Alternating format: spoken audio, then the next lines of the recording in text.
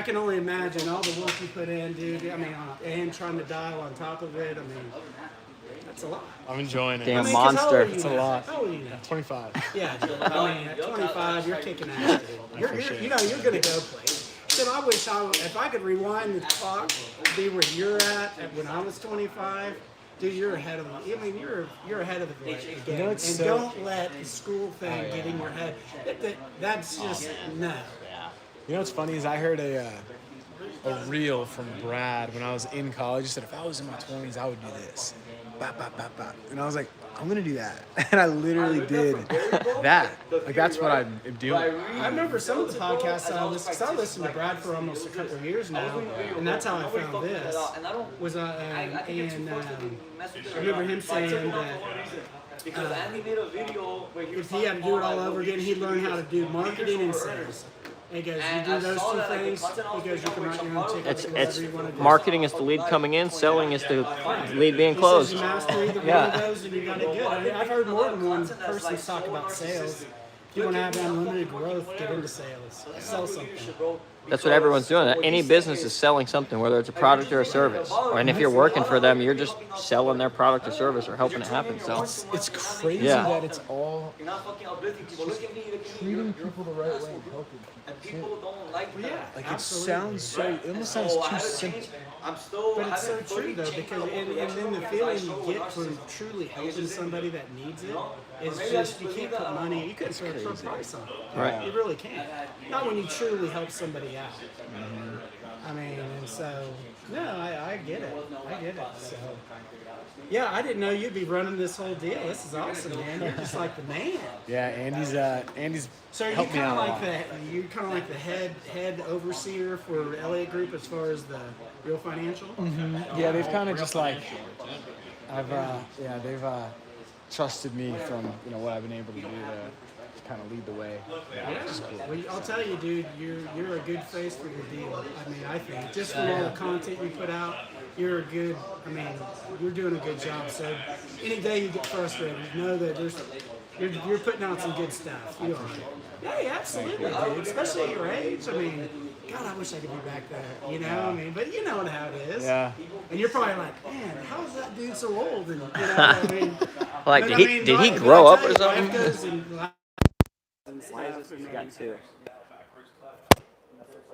And There we go. Okay. Nice.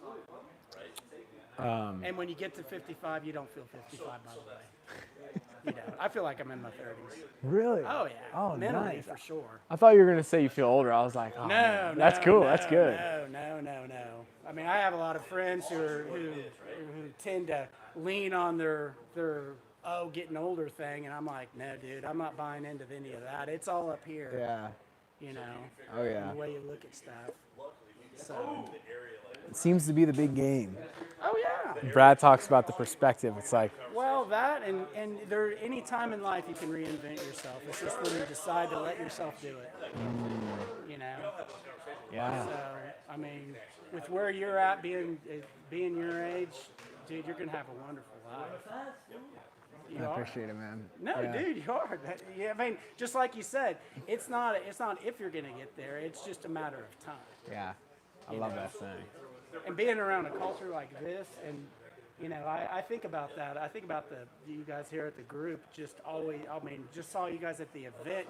Just even before the show started, you guys were rallying around. I saw you on the floor, taking pictures and stuff. But I mean, it's like you guys live this. Yeah. Really do. I mean, I'm taking it you enjoy that, right? Oh my God, it's the best. I don't know what else I would do. Right. Well, I mean, but what a great way of being inspired every day. Mm-hmm. And then when you're not inspired, it's probably easier to come back and get inspired again, just being around positive people. Yeah. 100%. Oh, yeah. It's good. Yeah. No, well, you're doing good, man. I appreciate it. One thing I was going to ask you real quick. Did Brad ever make anything for apparel, for Real Financials, other than the Army shirts? We have the Army ones. I got these embroidered. Right. That's something that we need to do, though. I mean, I would really like to have just a collared shirt with something like that on it. Yeah. I'd buy a couple of those for sure. It's just, I mean, I work out in the Army ones, but I bet you rather have a colored shirt or whatever. But I just didn't know if he. I remember someone said a while back that he was going to be putting some Man, swag out. we literally, yeah, we like dove into it and then it got put on the back burner. Right? We, we'll talk to him though because that's something we've been meaning to You know, do. like a colored shirt similar to like Yeah. that. Something I like that logo and everything. You know, the Yeah, it logo, looks good, Real right? Financial Yeah. looks good. We'll get something together. No, that's cool. I just thought, since you're the Yeah. inside dude, I didn't know if I had missed out on something. I forget where we left off with it, but we'll get something.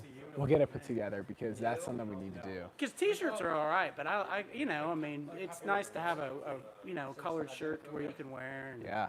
that kind of thing. Not like it's gonna make or break anybody. Obviously, it's not gonna make you any money. It's just, you know, it's kind good of to be- branding. Yeah, 100%. 100%. Really? I love the branding. So what else is on tap for today?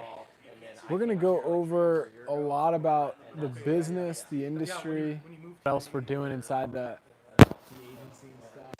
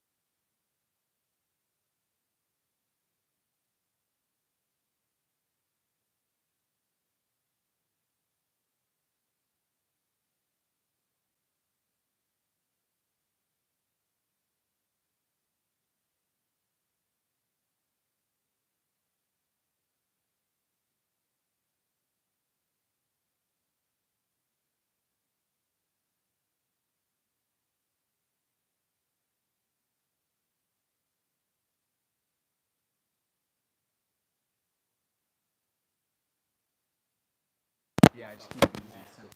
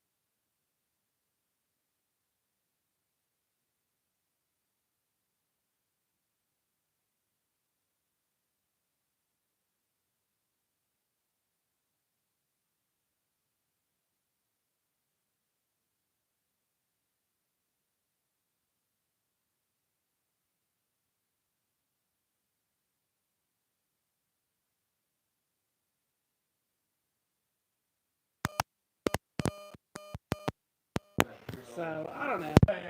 Well,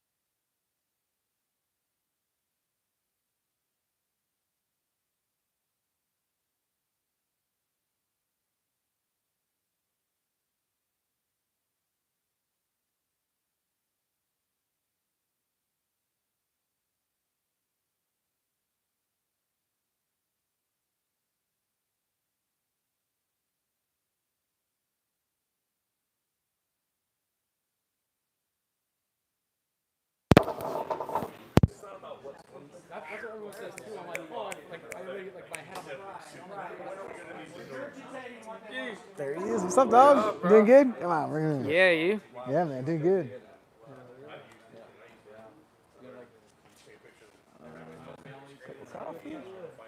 There he is. What up, bro?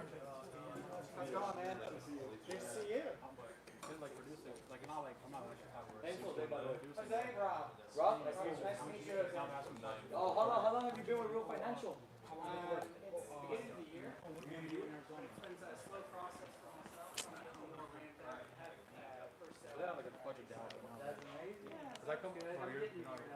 A lot of go through a lot of personal just getting over the fact dialing people and all that.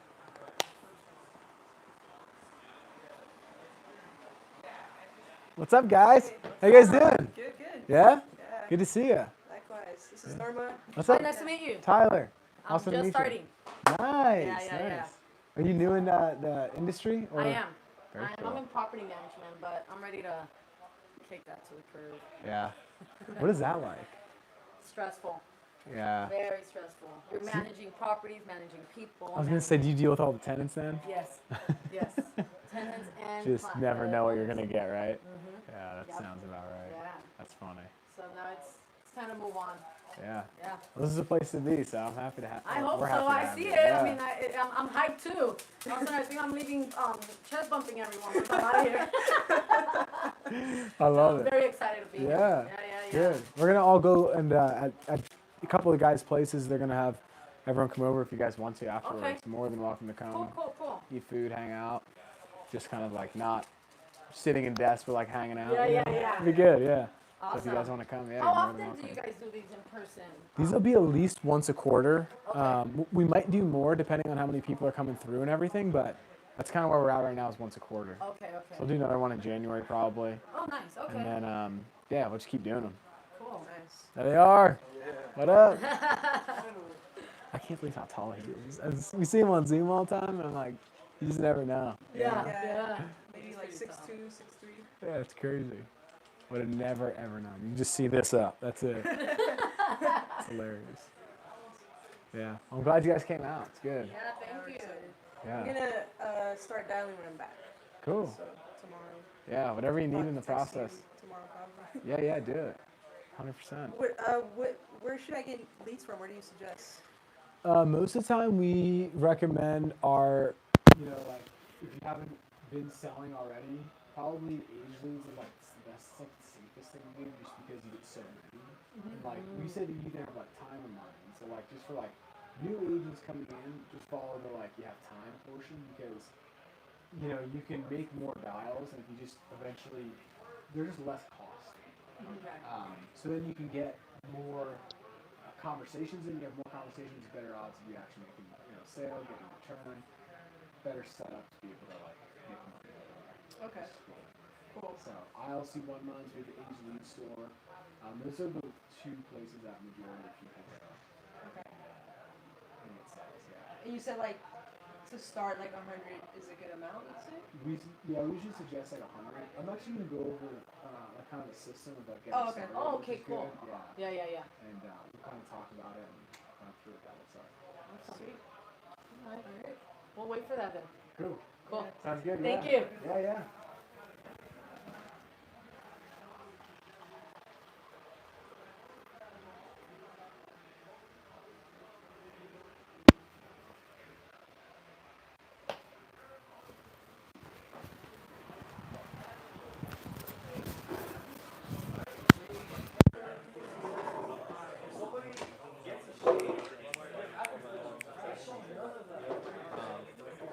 There he is.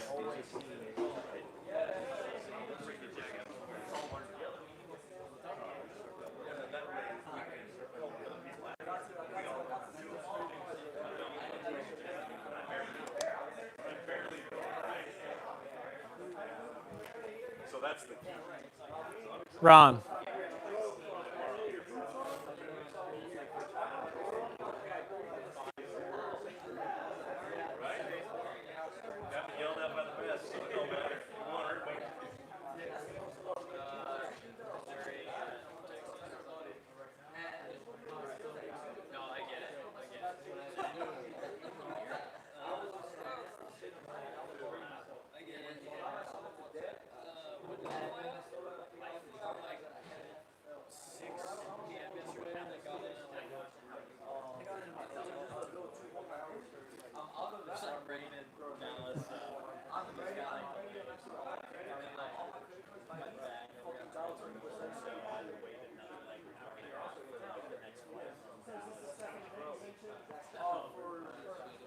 All right, if we want to make our way back to our seats, we got the last group trickling in here. We'll wait for them. It's okay. Sushi was good. Did you like that place? I love that place. I live right above it. That's my apartment complex right there. Yeah. It's too easy to eat. Yeah. Jennifer, I was going to say, I can text Jennifer like 4 when we wrap up.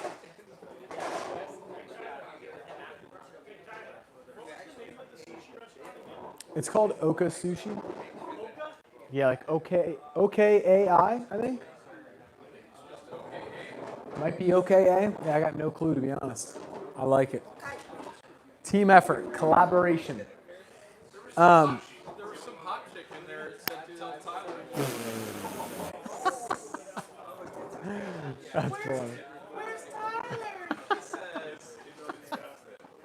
When's Tyler coming back? Oh, that's funny.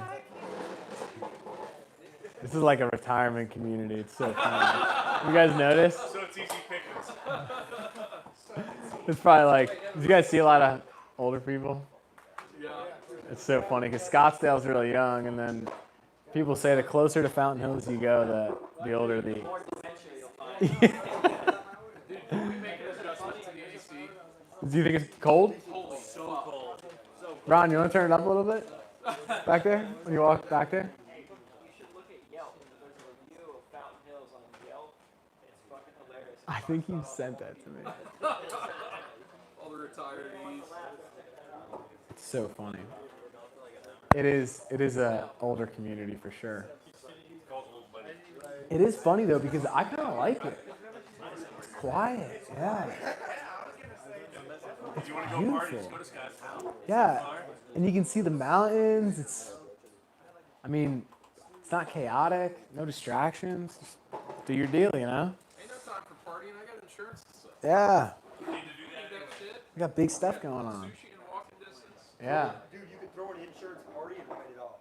Ooh, yeah. You do got time to party, bro. You do got time to party. I love it. Well, we're going to talk about a couple simple things. We're going to talk about some building things. My goal with this is I really want, there's a lot of people watching virtually. There's a solid group of people here in person. Whether or not you're new, I want to try to give you some new perspective on selling. I've been doing a lot of research on, how some of these, the people who have been in sales for a while, right, communicate what they do, their tendencies, the tactics, the things that they talk about. So I'm going to try to give those of you guys who have been here for a while some new perspective, and those of you guys who are new, some of the simple frameworks, the business, growth, and the simple processes, right? Like a simple one right here is our sales process, right? We talk about it all the time on our training calls. If you guys haven't been on those, we go over all of the stuff that we'll probably cover here today in this section on those calls. And the process is very simple. Whether or not it's final expense, whether or not it's mortgage protection, doesn't really matter. Our process stays the same. For the most part, it works like intro. We're going to go over actually what I'll say, which is, super, super simple. But intro, medical questions, credibility, why, understanding their situation, and then the presentation, right? So for a lot of us, I think that if we view this process, this is exactly what it is. If you guys have seen like a kitchen funnel where you pour stuff into like a small lid kind of container, this is literally the process. It is, here's my intro, all these people answer the phone, and then it's like, here's our med questions, and there's less people that we get to medical questions with, and then there's credibility, right? And whether or not it's the same order, I'm going to make a point about it in a second here. And then we have the why, right? And then we have the presentation. So the more we work down our sales process, the less people we have, right? So let's just say we make X amount of phone calls and we have, let's just say 60, or let's just say for math's sake, 20 people answer the phone, right? We do a dial session, we have 20 answers. Maybe we get to medical questions with 13, and then the credibility portion we get to with 11, and then 9 people let us get to the why section, and then presentation we get 5 presentations. You see what I mean? There's the widest range of people is going to happen in the intro. So a lot of times we talk about in sales, right? It's like we have to be able to switch our perspective to make enough calls to get enough people to this bottom portion, and we'll say this is the sale, right? So if we know that there's going to be more people that answer the phone rather than buys policies, then I need to have the understanding and the perspective that, I'm going to have to make phone calls, and majority of the time, these people aren't actually going to be buying policies every single time I call, right? And then out of this, the framework here, our presentations might be, our sales out of presentations might be 2 out of 5, right? So I got to present 5 times, which means that out of this ratio here, I have to work that ratio every single day to get 2 out of 5 presentations, which ultimately means that majority of the time I'm going to present, I'm not going to make a sale. So if my perspective, if I let my emotions, if I let these external things control the actions that I take, I'm not going to be successful in selling. What do I mean by that? The example that I like the most is MLB baseball players, guys. I talk about this all the time. For those of you guys who have been on training calls, you've heard me say it. They bat at a 30%, right? That's 7 out of 10 times they get out. 70% of the time, they're literally getting out and going back to the dugout because they were not successful. But their successful ratio, even though the majority of the time they technically they don't accomplish what they're trying to accomplish, technically, they are successful because the benchmark is 30%. So if I can change my perspective to know that I'm going to have to make X amount of phone calls, let's just say that this is 150 calls, I don't know, something like that, right? 150 calls, 20 people answer, 13 med questions, 11 into the why or credibility, then 9 in the why, 5 presentations, and I get 2 out of 5 sales. That's success, right? 2 out of 150 dials. Cool. I know that. I got to change my perspective from, man, most of these people don't let me get to the presentation. Man, most people don't answer the phone. My answer rate's probably 10, 12, 15% most days. So I got to be okay with making 10 phone calls and getting one answer. You know what I mean? Like if you can change your perspective on some of this stuff, it becomes really easy to win because you're cool with the numbers working the way that they're supposed to. But if I come in and I just have this false expectation, like I told you guys that story, I would onboard all these people, and I'm like, it's gonna be great, you're gonna kill it, you're gonna crush everyone. Yeah, we got great leads, everybody answers, everyone's looking, and they make phone calls and they're like, who is this? I don't know what you're talking about, right? And they're like, this isn't what you told me it was, and I'm like, man, I probably should have just told that person that they were gonna have to make phone calls, you know, like, so I'm giving you guys this framework of this is what it looks like, right? And if you're not where you want to be, do more of the top one to get more of these ones so you can grow faster.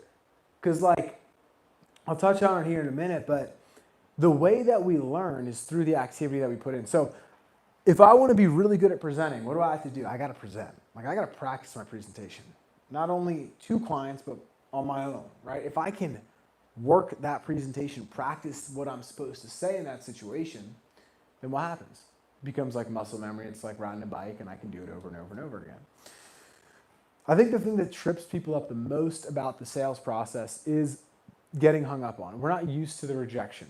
And in sales inside a business, it's a game of who can outlast and deal with it better, right? Because like, let's just say me and Brad are making phone calls and like, we're like, you know, hey, who's gonna make more sales today? Well, I know that if my closing ratio is, let's just say 2 out of 5 and Brad's is 3 out of 5, I'm gonna have to present more times than he is to be able to close more. That's just the numbers. And if you know your numbers, it's a game of math. It's not even about selling anymore. Because like, I'm gonna give you guys another example. Let's just say that I'm out here and I'm like willy-nilly, I'm like, I just make dials when I can. I don't know any of my numbers. I don't know what's going on inside my process. Like, I don't know where I'm at. I don't know how many calls it takes to make a sale. And like maybe Brad or Osvaldo or like whoever, right? They do know their numbers. And they're like, yes, when I make this many phone calls, I can make a sale. So I know that many phone calls typically takes me about 3 hours. So I just do 2 3-hour sessions every day and by the numbers, I sell 2 policies every single day. Whoa, kind of cool. Rather than guessing and not knowing. So with me, I'm being all over the place, I'm being hectic, and I don't know how to find sales because I don't know what my numbers are, so I don't know what my inputs are supposed to be, so I don't know what my outputs are going to be. And there's a story that I like a lot that'll kind of paint this picture, and it's the toaster story. Some of you guys have heard me tell it. I'll give you the synopsis of it. It's, you know, a couple hundred years ago, cavemen, they loved toast, right? They're trying to make toast, and, you know, they used to make toast over a fire. There's all these uncontrollable variables. So sometimes the bread catches on fire, sometimes it doesn't toast all the way, sometimes there's wind blowing and it blows out the fire, right? There's all these crazy uncontrollable variables. A couple hundred years goes by, they get a little bit smarter, they start making toast with bread over a candle, and then a couple hundred years goes by, and now we have toasters. We have freaking toast. Like, think about that. It's way different, right? What happens now? Today, we just put the bread in, I put the little button down, I don't know what happens in there, a little bit of magic, booyah, toast comes out the other side, right? I know my input, I put the bread in, push the button down, don't do anything, boom, output, toast. It's cool. Think about that with your business. How many calls do I have to make to get a sale?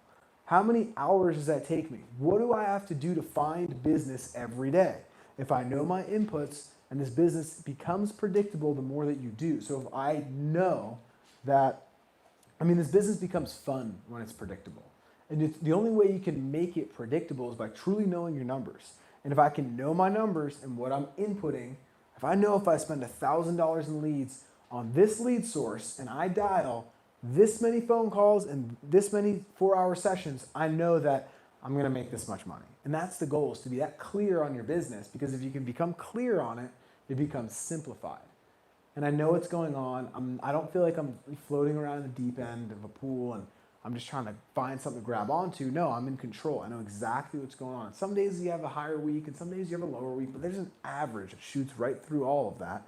And if you have a bad day, doesn't mean you're going to have a bad week, because if you do all the things right, you should have a good week by the end of the week. I've never had a bad, I've had lower weeks or lower days, but it's like over a long enough time period, all the numbers just work out to the average of what they're supposed to. And that's the game, is playing to the averages. So really quickly, The point of the intro is just to get the person on the other line to basically tell you that they filled out what they filled out, that they're aware of what you're talking about. If I say anything in my intro, it could be, hey, were you just looking around for yourself or for you and a loved one? Hey, this is Tyler. Got some of the info you had put in, looking at final expense programs, looking at life insurance programs.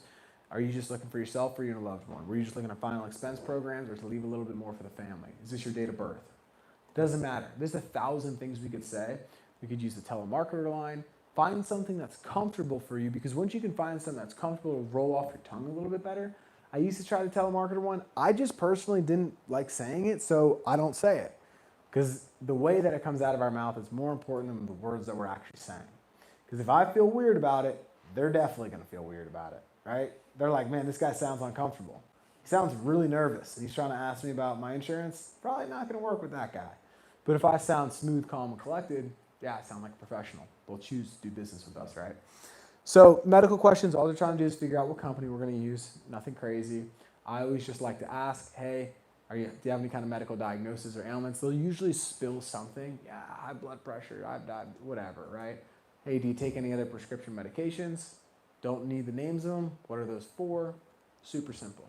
That's how we can get some good info, right?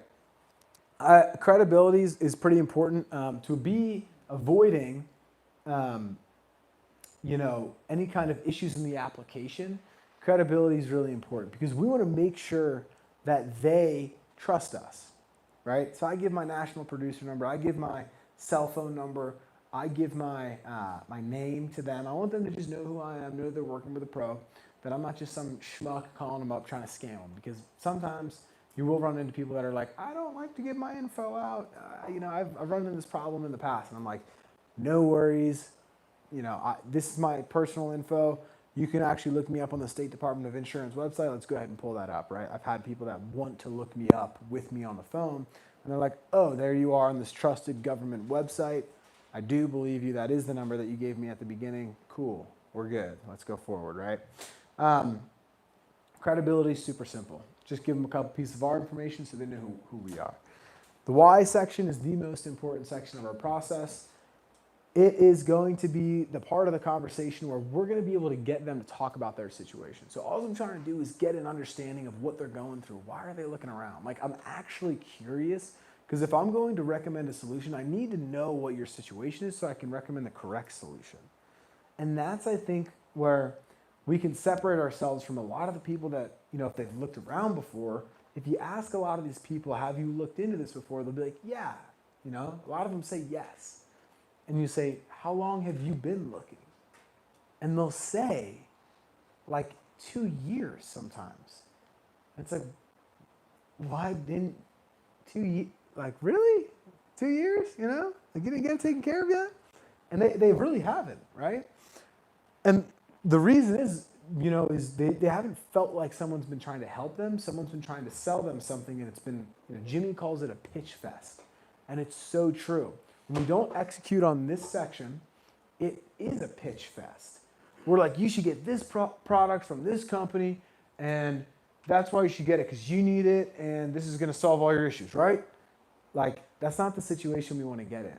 We want them to be like, we want them to open up and talk to us about their situation, because we want to be understanding. We want them to know that we do have their back, that we are in the best interest for them, that we are taking care of them. And that's a feeling that we're going to give them. If we can repeat their problems back to them as clear as day, they will feel so understood that there's no reason for them to not get their issues taken care of with us. So what I mean by that is, like, if I can ask enough good questions and I can gather information, and then at the end of this why section, I go, if I say something along the lines of, just to make sure I have a good understanding of your situation, correct me if I'm wrong, but it sounds like you're 67 years old, you currently don't have any insurance in place, your son would have to take care of your funeral and final expenses, and that would cost about $17,000. And you don't have anything now, so he would have to come out of pocket for that, which would mean he would have to take out a loan, and that's just not a position that you want to leave him in, and you'd rather put the financial burden on the insurance carrier. Is that correct? They'll just go, yeah. And it's not, they've sold themselves up to that point because you've asked all those questions to get all that information. But now that we're on the same page, they feel understood. I just told them exactly what they're saying. Sounds like this is going to be the best program. Like, right? Like, I'm going to put this information in the system since we need to make sure we get this taken care of. Wow, this is your situation. This is what it looks like. And I can repeat their problems back to them because I've asked enough questions clearly and to understand their situation. I mean, think about it. Have you ever been to like a Best Buy and someone's just like, yeah, you should buy this. And you're like, why should I listen to you? But if you can get someone was asking me and they asked me all these questions and they were making it all about me and my situation and what I've been through and what I need and, how it's going to impact my life. Like, right? Like if someone's really trying to understand me and my situation, I get this feeling that they have best interest in me. But when people feel like you're pitching at them or you're trying to tell them what to do, they think, and humans are very good at figuring that feeling out. So if we can actually give them the feeling that we're there for them, because we are truly, again, we're going to talk about service. If I can serve them at a high level, then they're going to feel comfortable to choose to do business with me today. And that's all we're trying to do is give them that feeling, right? So ask them the right questions. I'll give you guys a couple that I like to ask. Super simple. If it's a final expense client, we're looking around for burial or cremation. If they're looking around for either, gotcha. How much does that cost? I want it to be their idea. If they tell me $4,000, cool, it's $4,000, right? I'm not going to get into an argument about what it costs. I want it to be their idea. They're coming up with that in their own head. I'm not going to tell them what they need because I don't know if you guys have ever, like, when you were a kid, when you were younger, if your parents or whatever were like, go brush your teeth. You're like, I don't want to brush my teeth. It's not that you don't want to brush your teeth. It's that you don't like being told what to do, right? It's the same thing with the Pitch Fest thing. It's like, hey, go clean your room. Go make your bed. Like, I don't want to do that because you don't want to be told what to do. But if you can, I'm going to teach you guys a trick. And this works with communication with anything. When you're communicating with people, instead of, it could be family members, could be your kids, it could be your clients, it could be agents on your team. Instead of telling people all the time, I'm not saying there's not a time and a place to have statements, but how different does this sound? Go clean your room, right? Versus, do you think you could clean your room like a 5-star hotel? Do you think that you could brush your teeth so well that your teeth wouldn't have any gunk on them? Whatever. The difference is it's a question. I'm coming up with that answer myself. If you guys are in a relationship and you're like, hey, babe, I want to go to dinner here tonight. We should go here. It's like, well, I want to go somewhere else, right? Like, what about me and my opinion? What about my ideas? What about my thoughts? What's important to me? Think about it if you say it like, hey, would you want to go to X restaurant tonight? Oh yeah, maybe I would. Right? It's a thought in their head. They're creating their own idea. It's not that it's so different to ask a question to somebody. And I'm going to give you guys something else here just for it's an extension of all this stuff. Rather than saying things like, telling people that it's really just I'm going to just tie this home in a simple explanation. Saying statements to people turns people off. Nobody wants to be told what to do. But if I can understand someone's situation inside of sales and I can repeat their problems back to them because I've asked such good questions and I get so much information about their situation that I can tell them their situation, they'll find the ability to trust in us because they will feel as though they have been taken care of and we're not after their money, right? That's the last thing they want to feel, that we're trying to grab a commission. Now, asking questions is very important rather than saying statements, because if we can ask a couple of questions to them, and I'm going to tie this to the example, right? If I can ask questions to the people around me rather than statements, I'm going to have, it's literally influence, right? Like I'm changing someone's perspective. Rather than me saying, hey, Chris, you should make 300 dials every day. If you're like, I'm going to give, the feeling that being talked down to does not feel good. Whether it's a client on the phone, an agent in your agency, or anybody around you, asking questions, right? Hey, Chris, what are your goals? Your goals are to make this many sales? Cool. Do you think that making or tracking your numbers to be able to understand the amount of calls that you would have to make to get that many sales would be a good idea. You do? Okay, and about how many calls do you have to make right now to find a sale? Do you have any idea? Rather than me being like, you need to figure this out, I'm like, hey, do you have an idea of what this stuff is, right? I'm gonna ask questions and he'll come up with his own conclusions about the situation. It's the same thing in selling, right? So I wanna make sure that I'm asking questions and not saying statements at this point in time because I want it to be their idea. Hey, most people want to leave the financial burden on the insurance carrier rather than a loved one. Is that what you're looking for as well? Yeah, it is. Okay. Do you have an idea? It's not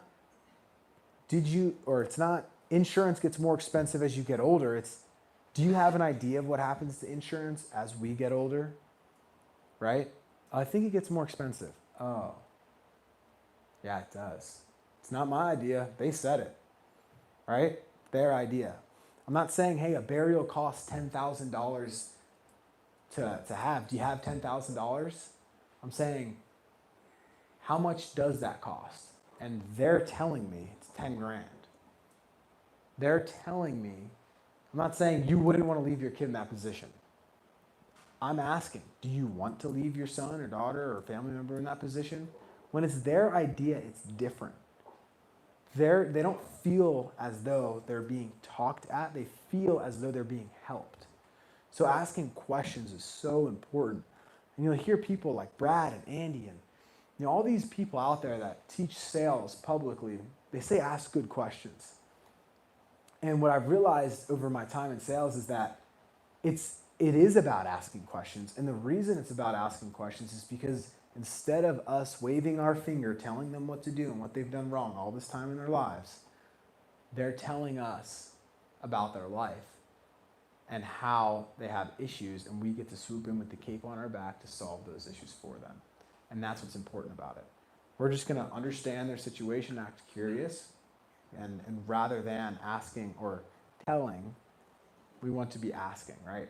So very important. I jumped all over the place, but I swear to God, ask if you guys have like family members or people that you spend time with, instead of telling people what you want, I always I just say everything in a question, and you'll avoid friction a lot. Even if I'm going to give you guys an example, like, if you have I don't know, like a brother or a cousin, right, that you spend time with, and you want to do something, and they want to do something, and man, I can't even think of a good example, but yeah, it's like I don't know if you like have maybe a plans, right? And it's like you guys both want to do different things. Rather than saying we should do what I want to do, we should be like, do you think we could do your thing next week, right? Like instead, like there's ways to word what you want. Like there's ways to communicate through questions that comes off 10 times less with less friction. And when you can communicate through questions, again, people feel as though you're on their side rather than you speaking at people, which causes friction. I think that's just the best way to sum it up. Questions are powerful. You guys know that I love to overcome objections. A lot of us are like just pros at it on live dials, and it just like rolls off our tongue like water at this point, And I think that the craziest thing about overcoming objections, guys, is that we have the ability to just try to get people to stay on the phone with us longer. So if I don't know how to overcome any objections, and I'm someone that's very new, and I make, let's just say 300 phone calls in a day, I'll probably have less numbers as this funnel goes than I would if I was someone like, Brad Blomquist or Trevor Riggs or Ray or anybody else that's been selling, right? Because those people can overcome those objections. So it's literally the difference between the professionals and the amateurs in the space. Because if I can't overcome objections, I'm leaving so much money on the table. Most times, a lot of my sales have objections in them. I just know how to cruise right by them and act as if it's no big deal. And then they just stay on the phone with you, right? A lot of times people are getting smoke screens. What that means is they don't actually have anything that they're doing or they're trying to avoid. They're just literally trying to not be on the phone with somebody. If I get a call right now and I don't know who it's from, I'm probably not going to answer it. Like, I mean, maybe I would because, whatever. But the average Joe out there is probably not answering their calls just like, hey, what's going on, But so the point is that if I know that I'm calling someone that is probably not excited for me to call them, that means that they're probably going to object. They're probably going to try to get off the phone. So I need to be prepared for it. I don't want to set myself up in a position where I know objections are going to come and I don't know how to overcome any of them. I want to be able to overcome them. I want to be able to communicate this process. I want to be able to, when someone says, hey, Tyler, I don't know if this is a good time. No worries at all. Just get your information out of the system. Is this your date of birth? Cool. We'll go ahead and verify a little bit of your data and just see if there's anything in the system that can help you out. I don't know. Anything. I'm just rolling with some random stuff off the tip of my tongue. And so knowing objections makes you a pro, because rather than someone being able to get you off the phone, you're just going to extend the conversation. You're going to kick the soccer ball just a little bit farther down the field. You're not shooting for the goal yet, but we're just kicking the soccer ball just a little bit down the field. And then once we get it close enough to the goal, we're going to shoot, right? But we don't have the opportunity to shoot if we can't keep kicking the soccer ball down the field. So having the ability to, hey man, it's not a good time. Totally understand. It's not an enthusiastic topic to speak about. I just have an open account with your name on it. I'll go through and verify some of your info. Is this your date of birth? Yeah? Okay, cool. And just to make sure that we are prepared for the next time that we do speak, any kind of medical diagnosis or ailments. Listen, man, super busy. Not sure I'm going to be able to do this right now. I'll have you off the phone in 30 seconds. It's no big deal. We have you listed as you take 2 medications and, you're a non-smoker. Is that stuff correct? I'm just going to make something up, right? Ask a question. So if I can continue to go and just push them a little bit farther, it's not that I'm trying to sell them a policy right there. I'm trying to earn some time just to get them to let their guard down. And once they kind of like answer a couple questions, or they're going back and forth with me a little bit more, I'm like, hey, what had you looking around? Why is this important to you? Who's your beneficiary going to be? They're like, oh, my wife. I'm like, oh, do you have anything in place at the moment? No? You don't have anything in place? What would that look like for her? Now we've hit like a heartstring. We've hit something that's important to them. So that's all we're trying to do is get to the important, right? If someone's really pushing me, I'm like, hey, look, we have an open account here. Just needed to ask what your situation looks like currently. Do you have anything in place? And then I'm shooting them right between the eyes. No? Man. Just so I can be more prepared for the next time that we do speak. I'm going to act as if I'm going to let them off the phone, just so I can be more prepared for the next time, right? And all of these word tracks and things are inside LSVT in the file vault. So if you guys are like, man, I want to know what he's saying, like we have all this stuff written out, which is good. And there's no perfect way to overcome objections. I think the biggest thing is having the confidence to say something back to someone who just told you that they wanted to think about it, or they're not sure if they're going to go through with it, or they don't have time today, right? It's just the confidence to say something back to them when they're telling you that they don't want to be on the phone with you. And when you can have the attitude that everything's no big deal, like whenever I call anybody, like even when people hang up on me, when people used to hang up on me, I used to be like, these freaking leads are broken, man. I'm like, whoever told me that this was I'm like, Brad Lee, man, I don't know if this is going to work, right? Like this does not seem like it's going good. But as you go, you just kind of realize that it's a part of the game, and like the better that you are at overcoming them, the better you can be at closing them, right? And what I've realized about all the people that were producing when I got started is, man, they could just talk to people. And it's like, that's all it is. And rather than viewing sales as like some slippery thing of trying to coerce somebody into saying yes, I just view sales as having conversations about getting people to face their issues and make a decision on how they want to solve it. Like, isn't that crazy? That's all this is. Because everyone that fills something out that's looking for something is most likely going to solve that issue at some point. I just need to find a way to get them to face that instead of running away from it and saying, no, I don't know what you're talking about. I never filled anything out. No, this isn't a good time. I can't take care of this right now. It's like they're just avoiding making that decision. They're avoiding the inconvenience of having to go through this process. They're avoiding something, and they're just trying to run away from it. And if I can just help them just take care of it, face that, and make a decision on what they want to do and how they want to solve it, we all win. So, and overcoming objections helps with that, right? I think that, you know, people ask me all the time, how many times do you let people, or how many times do you try to overcome objections before you let them hang up? And I'm like, you know, honestly, like, sometimes I just push it to the limit and just see how many layers I can go. Just because then people are like, man, I hate being, like, they'll be like, I need to hang up. And I'm like, no worries. And they're like, seriously, you know, and you're like, and we're just like laughing on live dials because we're like, ooh, we call it the blender. You know, we used to say that a lot more like a month ago or whatever, but we just put people in the blender because they're like, oh, no, I don't have time. I'm not interested. And then like 20 minutes later, they're like buying a policy. And we're all just like cracking up because, you know, we all know that they did not have any intentions to buy the policy when we were starting out in the conversation. But like I have fun with it now, you know. I used to think it was like a huge deal. I used to hate it. But the point of me mentioning that is just like, I mean, one thing that's huge is just like staying plugged in on live dials, because if I hear everybody else get hung up on and if they're getting objections and it's like a part of the game, like that funnel that I talked about, it doesn't feel that bad because we're all doing it. We're all in that same funnel, that same system. But when I'm on my own and I'm just like getting crushed on the phone or like I can't overcome objections, my attitude is probably like, this doesn't work. But if I can hear Brad and Osvaldo and Trey and Ray and Gabby and Trevor and Michael and me and everyone else is on there doing it, I'm like, dude, I just got to say what he said like he said it. Like, that's how they do that? Oh, man. All right, cool, I can do that, right?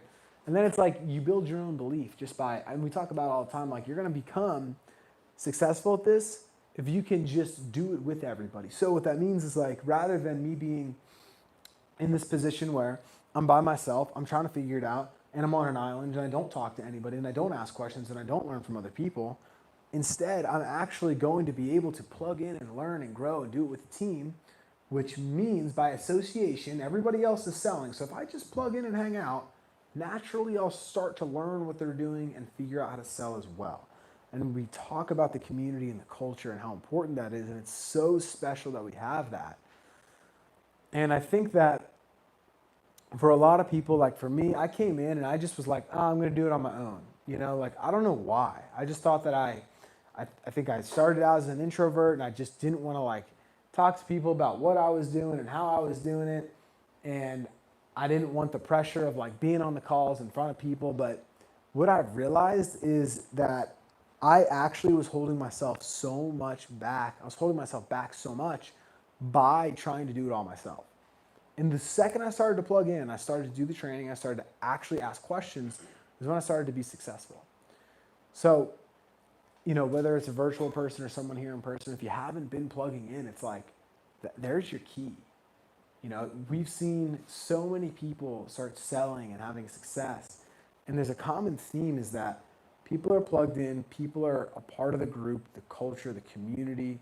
And it's just crazy because, you know, the more that you lean into the group, the easier it becomes because we're all doing it. So it's like, instead of it being like a weird thing or like, you know, you're hanging out at home, you know, with your family who's like, why are you making, you know, who are you calling? What is going on? It's like, no, this is what we all do. You know, this is the crew right here on the screen, the little boxes in the Zoom room. Like, that's us. This is the homies, you know?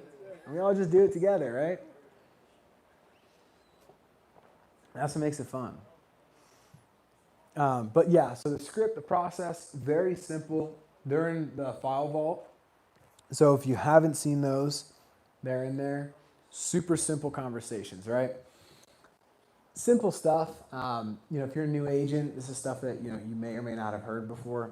I like to keep it simple. I think that going with these three companies, I'm going to just break this down super simple. We have people all the time that are like, no, this company's better. No, this company's better. And then they end up writing some business. Like, I mean, Gabby and I just talked about it the other day. He's like, I wrote all these policies with Transamerica. And Oh, fuck's sake.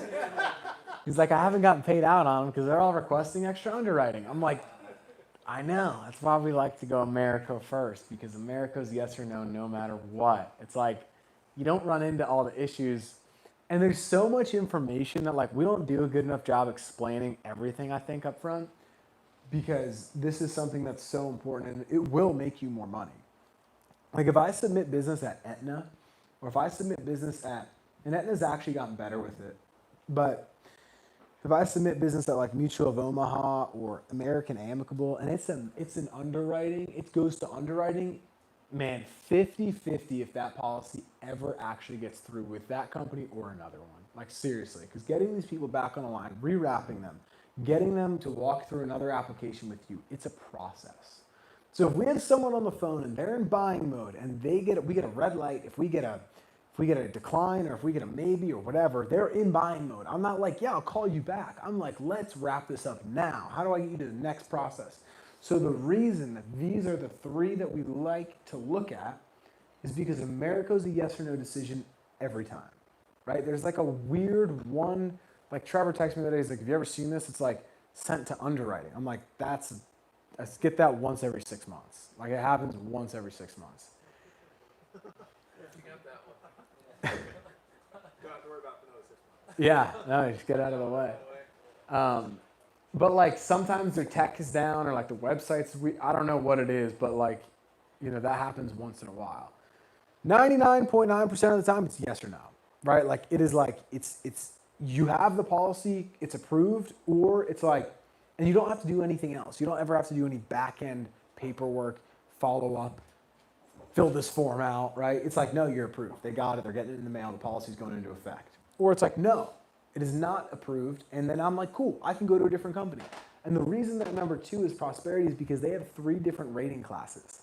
So if they don't get approved at their level, their best program, they get approved at they're modified, right? I think that's the second one. Graded one, that's their second level. Their third level is the modified, and like 95% of people will get approved at one of those 3 levels.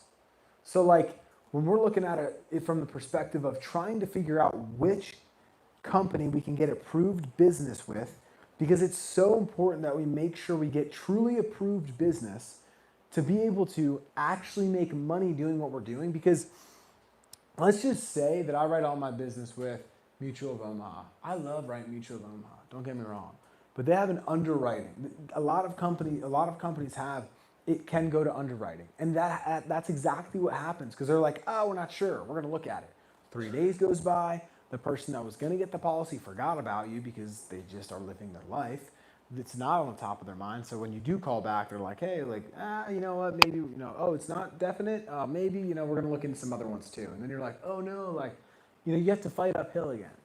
So when I go through and I'm trying to figure out where to write business, I want to get green lights. Like that's how we win this game. If you think about, you know, I know for me, I used to write majority of my business with Aetna, and they used to have it where it could go to underwriting, which means that, I mean, man, so much of my business went to underwriting. And I was just like, oh, I'll follow back up with you. And I can never get a hold of these people. Yeah, they had telephone interviews. Oh my gosh, that is the craziest thing ever. So you'd have to get them on the phone, get them to call into Aetna or call into Aetna with them and do an interview. And they would always just ask the same questions that are on the app. And you're like, didn't we already do this? You know, like, and they're like, we just needed to ask those 2 questions. And you're like, we already answered them no in the app, but we had to redo them again. And it's just like, you don't want to be in that position where you're fighting uphill. You want to be finding new clients. You want to be nurturing your current clients, and that's it. You don't want to have to run through all this underwriting stuff. Once in a while, you're going to have to maybe, you know, fix an application, or you typed in the zip code wrong and you got to get something signed. You know, like once in a while, you have a situation like that. But following these companies will help you make more money. And I say that because, like, I'm using the example of Gabby. It's like, he's like, yeah, I had, you know, a couple of Transamerica policies. They're like, I just shouldn't have written Transamerica because I would have had a yes or no decision at America. And it's like, that's why we recommend America. Like, that's why we want business written with certain companies. Because a lot of it has to do with helping us have positive cash flow. And there's a lot of stuff that we just tell you guys what the right thing to do is and what the correct, you know, way to run your business should be. And we don't explain why, because there's just so much information. But there's a reason for all of the things that we teach, and the reason for the process that we teach, and the companies that we have you guys write, and the whatever, right? The lead sources when you first get started. And it's not random. So if you're writing mortgage protection or final expense, again, these conversations are very similar. Just going to swap out the words final expense for mortgage protection. If I have Americo, and I'm going to write a term policy, CBO 100 is probably the one I'm going to try to write. Term 125 is great as well. They both come with living benefits. Guys, anytime, here's a hack. Anytime you need product knowledge, more information on products, Google Term 125 Americo PDF. They got a whole breakdown. First link that'll pop up is a Prosperity Family Freedom Term. Google PDF. You get a PDF from them of all the product knowledge information that you're going to need. Okay? That's what I use. That's what I always do. We'll probably put links to them in the file vault or download them and upload them into there. But that is what I use to learn the products. But this is their, the Eagle Premier Series is the whole life product. The term products that we'll write are Term 125 and CBO. This Prosperity New Vista is their final expense program. Family Freedom Term is the term policy through Prosperity. AIG only has final expense or those whole life policies. They have a simplify issue and a guarantee issue. So, put it simply, we want to make sure that we're writing companies that we know are going to get yeses or nos. Yeah, please. The other thing we want to avoid is like carrier roulette, right? So we can write maybe 15 to 20 to 25 different carriers, but we don't want to just spin the wheel and be like, we're going to put this guy with Foresters, we're going to put this guy with American Amicable, because what will happen is if you do end up getting a chargeback, and when I first started, this was an issue for me because I was like, ooh, 15 different carriers, I'm going to write it with whoever, XYZ company. And then you get a chargeback, and then it's like, well, crap, now I have to go write that company again. So it's best if we can consolidate our business with a handful of carriers. That way we can manage our business. That way if we do ever get chargebacks, we're just writing over them because we're consistently writing the same carriers. But then if we have to go out of our way to get someone with AMM and then they get hit with underwriting, that's not only the chargeback we missed out on, but now we missed out on that $1,000 that we got advanced if we were going to another carrier. So Yeah. We want to avoid the carrier roulette, stick with a handful of carriers, and that will make our business a lot better. Yeah, I agree 100%. And something that's really interesting. I'm going to extend off that a little bit because I don't have anything up here with regards to it. But chargebacks are a part of the business. Like, we get advanced so much money from, they're literally paying us in expectation that all of these people are going to make their first 9 payments. So, if I swindle somebody into thinking that they're just getting approved today and I don't tell them that they're going to have to pay for this policy, and then I just barely get them to commit to paying their first premium, and then they might be able to cancel it later. I'm setting myself up to have chargebacks. I'm gonna get advanced $1,000, and I'm gonna feel real good about it. And then the next month that comes, or they're gonna be call me and be I don't want this anymore, and then I'm in a chargeback situation. So, and I'm not saying that happens every time, but we just want to make sure that we're setting ourselves up to be successful. And chargebacks will happen. The average is about 20 to 30% of business over 12 months will not be there in 12 months, right? So if I write 10 policies this month, I'm just assuming that 2 of them are going to fall off at some point in the next 12 months, which means that the 10 policies that I write the next week, one of those commissions is going to overcome and take care of one of the policies or 2 of the chargebacks that I had last week. And I get 8 to profit off of. About the chargebacks, does that change with skill? So, did you see your chargeback rate go down as you got better? Yeah, my chargeback rate definitely went down at the beginning, and I'll tell you why. At the beginning, when I got started, all I used to say is, you don't even have to pay for anything today. We're just going to see if we can get you approved, right? So my chargeback rate was probably 50% when I got started. And then, because I was just trying to submit stuff. I'm selling policies. I'm submitting business. And I was submitting business and nothing was sticking, or I would call them back 2 days before their payment would go through and they'd be no, we thought about it, we're good. And I'm dang, man, none of these people want this. And I didn't know why. But in all reality, it was my fault. I was setting myself up wrong. So now I hit everybody between the eyes. I'm hey, your first payment's going to go through. It's going to come out. It'll activate the policy. That'll put the policy in effect, right? So I started to change the verbiage, what I'm saying, how I'm presenting it, I'm talking to them about what they're going to get, how much money it's going to cost, and we're all on the same page. So my chargeback percent went down a ton because of that. Also, if you do have chargebacks, majority of the time, it's just that there was like, tight money on their end, and they're not like trying to cancel the policy. So I'll call the people back and I'll say, hey, just wanted to make sure it wasn't too expensive for you. We had you at $97. Looks like we may have missed a payment. Is that still comfortable for you? And most of the time they're like, yeah. Or I'm like, are you sure? Should we drop it to 80? Like, I'm acting as though it's still on the books, and I'm just talking to them about potentially fixing the price of it, right? So I'm never like, hey, you missed a payment, we got to rewrite your policy, because they're like, oh no, we're good. Like, but if I'm like, hey, do you want to lower it to help you financially every month? Coming from a place of care, coming from their side of the table, right? That kind of attitude. It's just a different way to get that same point across. And then if people don't answer, I text it to them and they'll call. They're like, oh yeah, let's drop it, 15, 20. It's too expensive. And you're like, oh, okay. So you Yeah. said this is when they missed a payment, you're calling them? Yeah.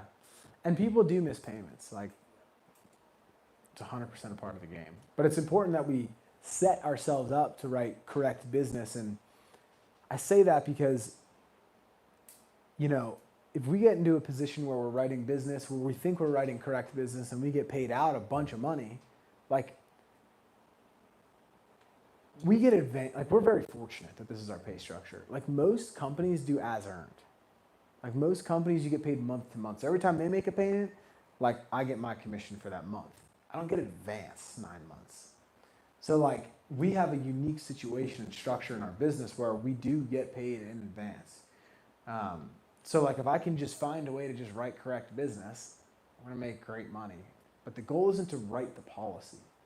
The goal is to write the policy and have it stay on the books for 12 months. I want that renewal. I want that reoccurring revenue. It doesn't matter to me if it goes through today, but next month it gets canceled. It's not what I'm concerned about. I want it to stay in place. So I got to really make sure it's the right thing for them. I got to really make sure I'm taking care of them. So it's important to understand that and just know that is something that can happen inside of our business, right? And we want to have the client in the best case scenario is when the client calls us to cancel the policy. Or Yeah. if there's any issues, calling us. So like them having our number is important because we don't want them to call the carrier because what that conversation looks like is, hey, I want to cancel my policy. Okay, great. Done. Then it's over. Right? But if they call us, we can dig into that, understand their situation. What I say is, hey, most of my clients want to keep this on the books, so they'll maybe drop the price in half, right? So instead of that $150 a month, they look at something like $75 a month. And then what they'll do is call me 6 months later and re-add that amount when they're a little more liquid. And then you're letting them drop that policy and you're rewriting the completely new policy? It depends, like, the timing and everything, but yeah, typically. Yeah. First 30 days, you can make adjustments like that with every carrier. It's a 30-day free look period. Outside of that, typically you do have to rewrite. But something on the books is better than nothing because we'll be able to avoid the majority chargeback and it'll actually stay on the books, right? So this is how our pay structure works, right? Like I mentioned, the first 9 months is literally the toughest, and it's not that crazy if you just follow the rules, you stay plugged in, you ask questions when you have them, you'll be fine. But we say the first 9 months is the toughest because it's the least amount that we get paid. We only deal with the first 75% advance of our commission. So like after that, your income automatically goes up by 25% plus renewals. So it's like, I just got to learn the game by 9 months and then I'm in a great spot, right? Which for a lot of us, we can do pretty simply. But the first 9 months, we'll get 75% advance in our commission. And after 9 months, so it's actually month 10 through 12, we'll start to get our 75% advance. We'll start to get our back end 25% payouts. And our renewals will begin at that 12-month mark.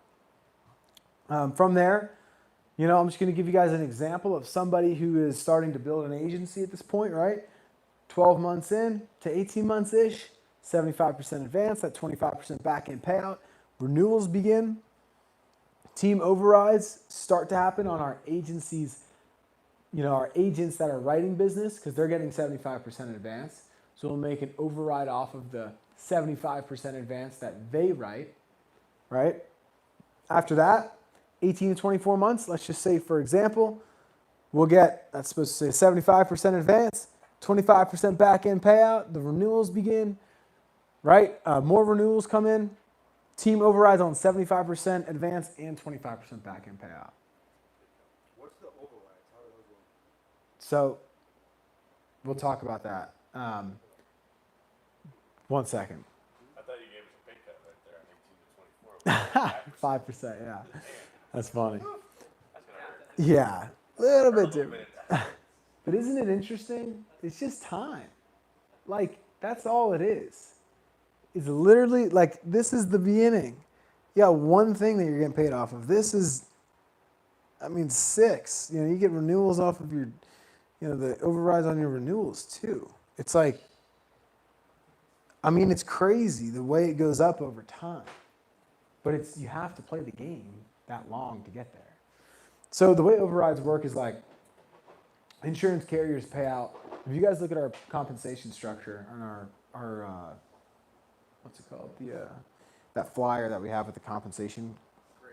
Yeah. We have the ability to move up to 145%. These carriers pay out more than 100% commission. Like, so they're going to pay out. And so I'm going to give you guys an example here. Like, I'm just going to talk about, you know, I know some people that have come from Primerica, right? So I'm going to give you an example of their structure, right?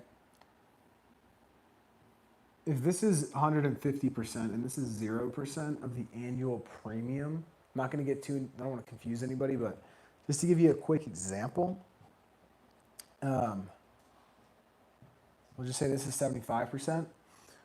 Agents at like a company that, you know, WFG, PHP, a Primerica, the way that those agencies work is, you know, they're more market friends and family, and they do not buy leads. They try to sell everybody that they know, right? Well, those guys come in at 20%. It's not like no one else gets paid off of that business. That business just gets paid out to everyone who's in here in their compensation ladder.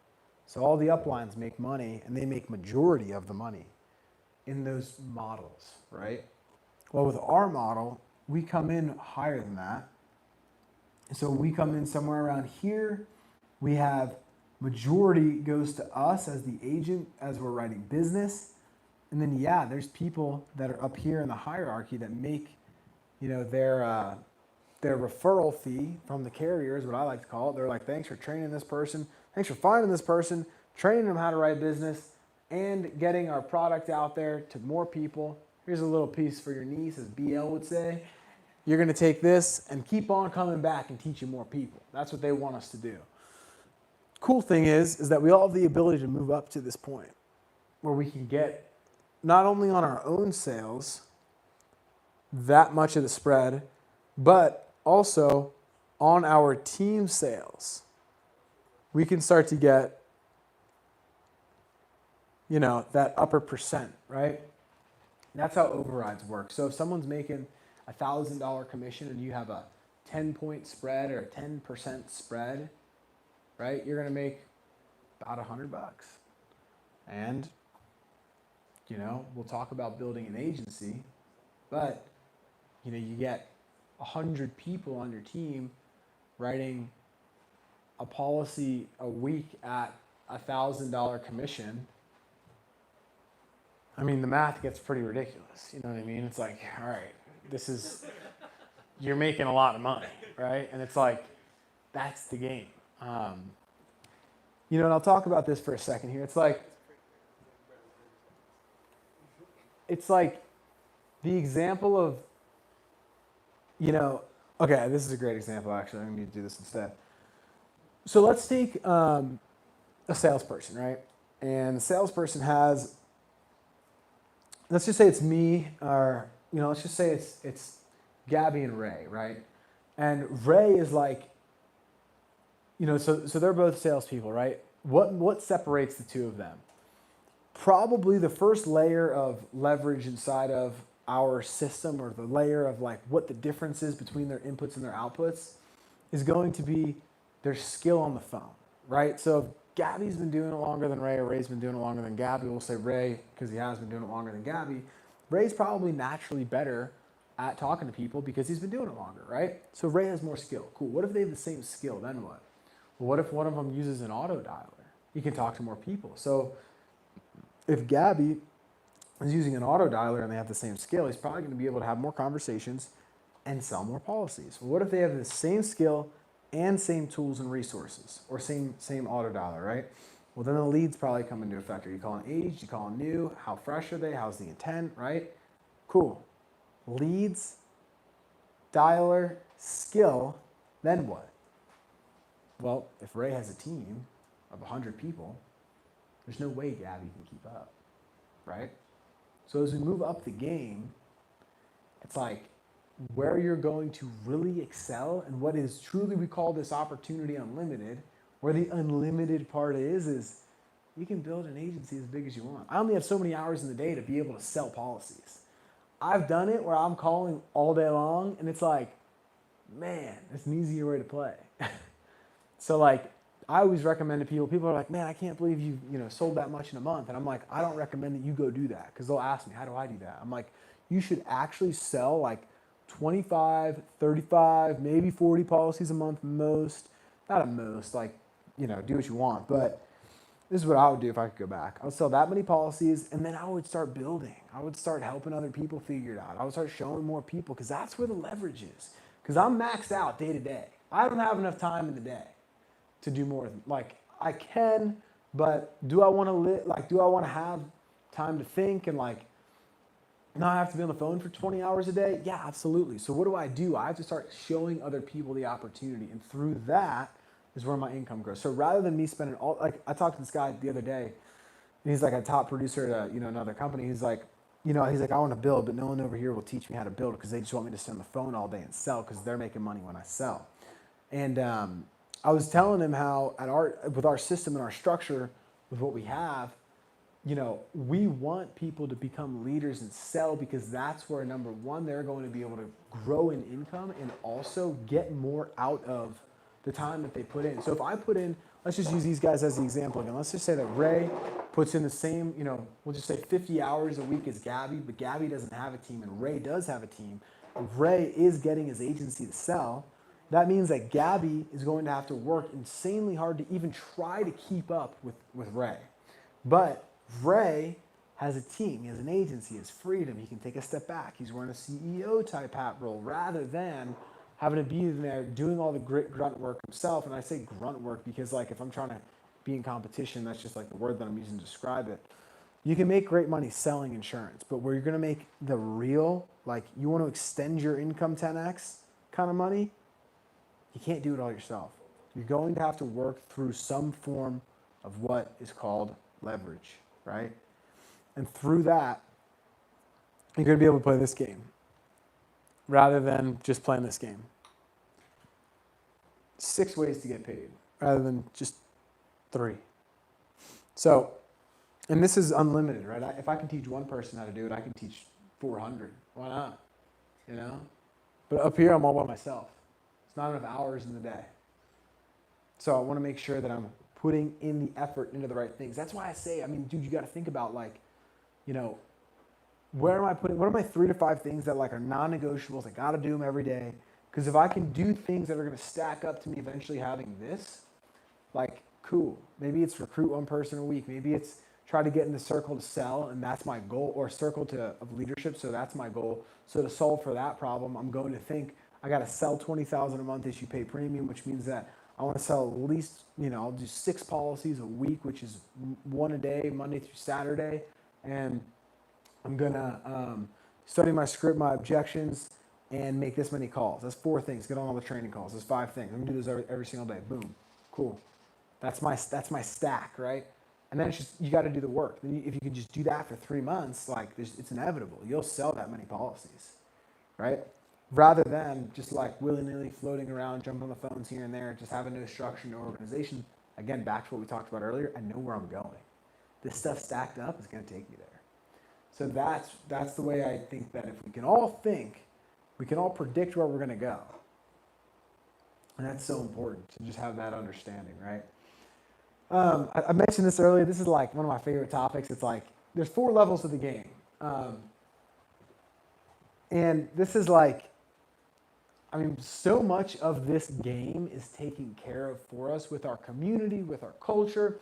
Like, that's another thing. If I want to build an agency, like, I got to build a community, I got to build a culture, I got to have an onboarding process, I got to have a system and a structure to be able to actually onboard these people and retain these people and get them to produce. Well, this is our 4 levels of the game inside of the insurance industry that we can play with our structure and our system here. Number 1 is just to sell. I got to figure out what the deal is, how to play the game, how to ride the ride, all that stuff, right? Once I can figure out that, I want to turn around and I want to teach more people how to do it, because like we just talked about, the leverage, the real leverage, the big boy leverage inside the industry is in an agency, right? I can help more people become independent. I can help more people do the thing. I'm going to be able to increase my income, right? And every single one of these, your income will go up. So we're going to put little dollar signs to show. The third one is teaching those people that are selling within your group to become leaders, showing them how to teach other people, teaching them what those next levels are, teaching them how to be in front of more people. Because if I'm maxed out at 50, 150 people that are selling, if I can only get back in touch with all those amount of people, man, I don't want people to come through, not get the answers from me. I'd rather have them go to one of my leaders so they can get trained, they can get onboarded, they can get taught the right way, and then they actually get cared for. They start selling. So now I have more of people on the same mission as me doing the thing, so my income goes up again, right? The last one here is teaching those leaders how to teach their leaders to teach. So rather than just teaching people how to sell, I've got layers of people teaching how to teach. So now, instead of it just being all about me, and this is somewhere that we can all get to. It's literally, like, when I say it's time, guys, like, you just have to be willing to ride the ride that long. That's all you have to do. And, like, there's hardships and struggles and difficult things that'll come, but we can all be in a situation where we have an agency and it's a machine that cannot stop being built, even if you wanted to. At the beginning, you got to really it's like one of those old, like a lawnmower kind of thing where you're like revving it, trying to start it yourself at the beginning, because you're doing all the work, right? You're like yanking on that cord and it's like, vroom, but like you can't get it. You know what I'm saying? And then like once you get the thing rolling and it's on, it's like, I just got to keep adding gas to this thing and it'll never turn off. And like, it is a train. Yeah, it's everything to get it going. Exactly. Can't stop the train. Once it's rolling now, this is like, we will all end up at this level if we just play the game long enough and we just play by the rules. So what is the point? We have a great opportunity to work remotely. We have a great opportunity to make sales.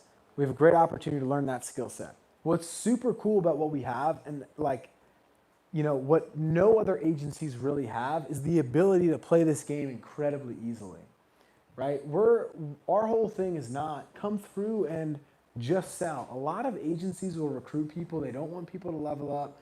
They don't want people to get out of their range. I don't really know the terminology I'm looking for, but move up the ladder, right? They want everyone to stay docile, stay where they're at. We're like, no, we'll teach you everything you need to know. We need more people to step up. We need more people to take on more responsibility. You want to grow? Do the work. We'll give you all the responsibility you can handle, right? And it's like, but to get to this point, you got to be able to do these 3.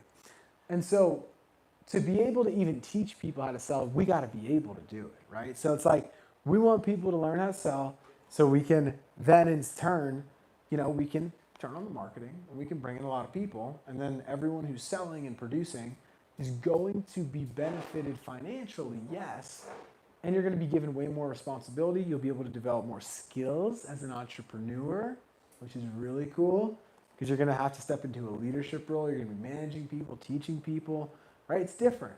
You can't just dial all day long and be like, figure it out, team, and like make your own sales, right? It's like, no, I got to help these people. Like, I'm responsible now.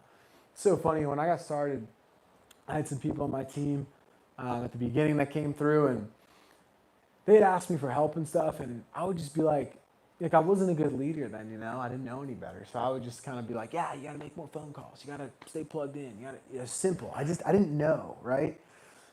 And what I realized looking back is I never really invested in those people. I kind of just told them to do the work because that's kind of what I was told, and I didn't know any better. And then I stopped and I thought about it, and I was like, this isn't the right way to do this. Started doing one-on-one stuff. Started, getting on training calls a little bit more with people. Starting to invest in people a little bit more. And you know what's crazy is literally people started writing business more. I'm like, dang, that's all it took, And then you're like, you have tons of writers and stuff after you do it long enough, because once you start doing it and you just keep doing the thing, the numbers just naturally go up, right? And there's no magic bullet to get it to 700 writers a month by tomorrow. But yeah, like my group's gone up every month in the last 10 months just from I'm like, okay, this system works. We're just going to run the system. Cool. Right? And we can all be at this level, but we just got to run the system. We just got to let the system do its thing, and we'll just all go that direction. Right? Because it's proven it works. The whole game is already set up for us. We just got to play by the rules. So I like that, I think a lot of us are probably in this stage right here. And I think that I don't know if your goals are to build, and you want to help a lot of other people make money, it's man, those goals that we talked about at the beginning, we can all be anywhere on here.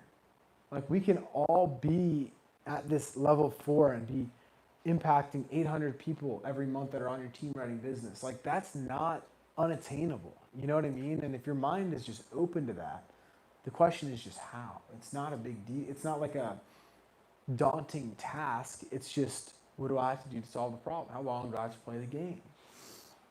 And it's so crazy, I've learned from a couple different people inside the industry. Outside of Real Financial, I've paid a decent amount of money to get coached and kind of mentored by someone who's doing this longer than I was. And what's so crazy is that one thing that I learned is that there's a lot of people that know a lot inside the space, but not a lot of people are willing to teach more people about it. It almost seems like it's a hidden thing. You can't go, right? You know what I mean? They don't want competition. It's weird, yeah. People don't want other people to know where they're getting their recruits, how they're teaching them, because they're trying to bring them to their place to teach them how to do it. And there's so much money in this industry that it is competitive like that. So we're in a unique spot because we have a system and a process where none of that stuff's an issue. And we have a lot, to lean on in the system-wise, because rather than it just having to be all me, we got a team. I got the whole crew, right? People are asking questions.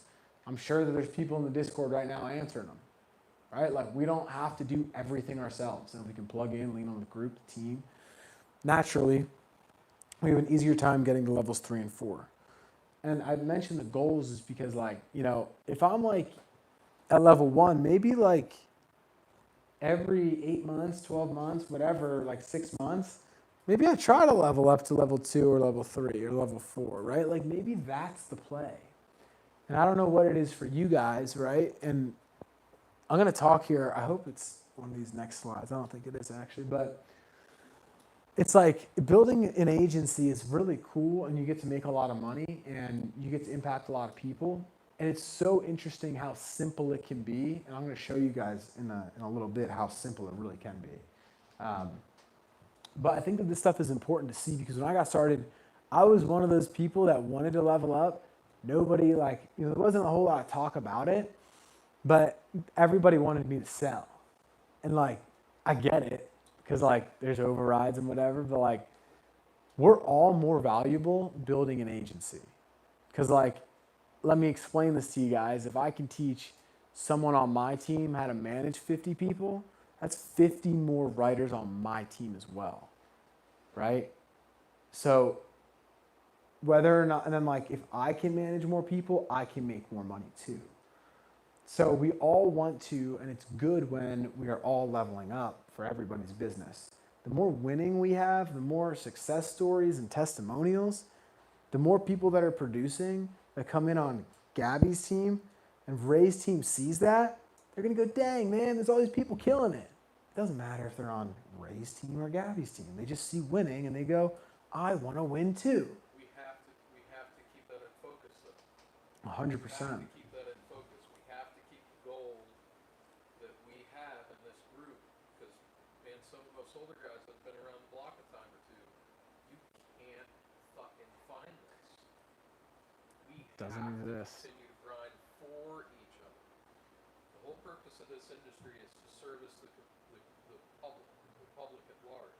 The best way we can do that is to service each other first. Men like Brad, Ray, and Trevor, and all these other guys that have taken calls with me and spent hours and hours on helping me point in the right direction. Like, we have got to continue to do that with every layer and every generation, or it will absolutely crumble.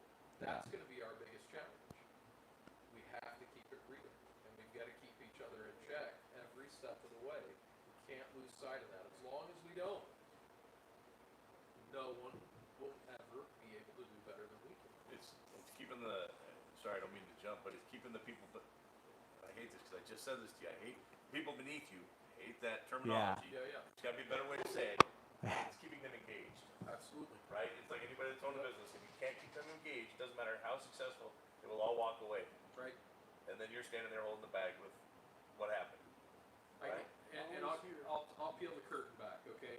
I think everybody knows I jumped into this head over heels, 60 days ago, hardcore, study, started making dials, I was out here in July, and I pivoted away from the farm, okay? And things started to get a little shaky. My newest leader got a little unsure of herself. The team below her started to wobble and get nervous, right? You're good, bro. So all it took was me tweaking what I was doing and having a couple of 10-minute meetings a day, and now they're back into a position where they're more confident than they ever were. They know if they raise a hand, I'm here to help. Like, we just have to continue to engage and support until they're passing you up. Until they're like, no, I got this. Like Brad, and Ray and Trevor and Jimmy and Nick are all jumping in. Like, no, Ty, we got training, man. We got training. Go do your thing, right? Yeah. So we can totally get there, but we have to continue to lean on each other. I have to. And you know what? I'm going to tell you guys a story, and it's something that we don't talk about a whole lot, but beforehand, before a lot of you guys were here, some of you guys were here, and this opportunity is the same exact thing as it was a year ago. I think that we've done a better job at setting clear expectations, fixing some of the onboarding process and training, and we're really intentional about the way that we teach and we lead now. I mean, what's so crazy is that beforehand, we had a group and a community, I think, if I was to, say it for myself, may not have had best interest of everybody else. I don't know. I'm just kind of, what I felt sometimes. So things didn't work out. There was more of me's out there, and you guys see me, there was about 10 of me at one point. And they're no longer here because of the way that the community and the culture was. But now we have a new group that's coming up. And because you guys have the attitude that you guys are just talking about, like, you guys are the next wave. Like, you guys are the wave, actually, because that wave is gone. So I'm just saying to you guys, like, that those people did not see the light in the opportunity. They were pointing out obstacles and difficulties and how it was hard. And this group is finding ways to solve issues rather than talk about problems. I mean, think about the difference. Like, you want to become a legend? Like I tell some of you guys, like, dude, you're going to become a real financial legend. Because you're like, I want to build something. Like, I want to be a part of it, right? It's like, dude. And what you guys are saying is so cool to me because that's what I always intended it to be. That's how I always thought it was supposed to be. But beforehand, it wasn't. And I never really knew why. But now, with what we have and the control that we have as a group, we're all on the same mission. Like we all have the same intentions. We all want to do the same things. And it's crazy because as long as we all do keep that attitude of, like you guys are all saying in here that have said something, it's like, man, if we can just see the light in it, even if it does get difficult or hard or whatever, like there's still so much here for all of us. And I just think that if we really all take advantage of this and we all work together with it, like in 2 years we will, like if you're in this to try to make money, like you will be financially set forever. You know, it's like you'll be good. And I think that a lot of us, like we hear the podcast or the short or whatever it is on short video or whatever that someone put out, Brad or Andy or whatever, and you know, we're like, oh my God, a great opportunity to make money. But it's like, man, like that's a portion of it. But really, if we can stick together as a community, a culture, and like, I literally mean like you guys are the wave. Because like, we need, you know, a lot of people to do something big. And if you're someone who's like, I want to be a part of that, I'm really looking to make an impact, to have an important role. I want to be a leader. I want to gain those skills. I want to develop as a person.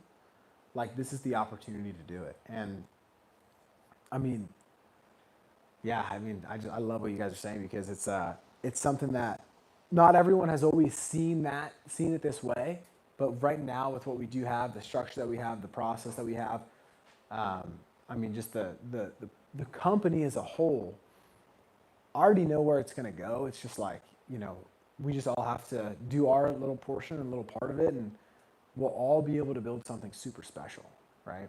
Which is super cool, because again, like we're at the beginning of a movement in the industry, and I literally mean that. I can't imagine it.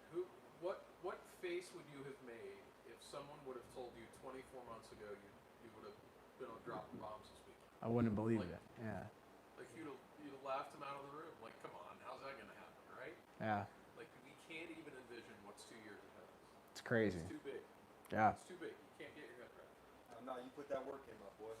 Yeah, but the crazy thing is that everyone else can do that too. Yeah.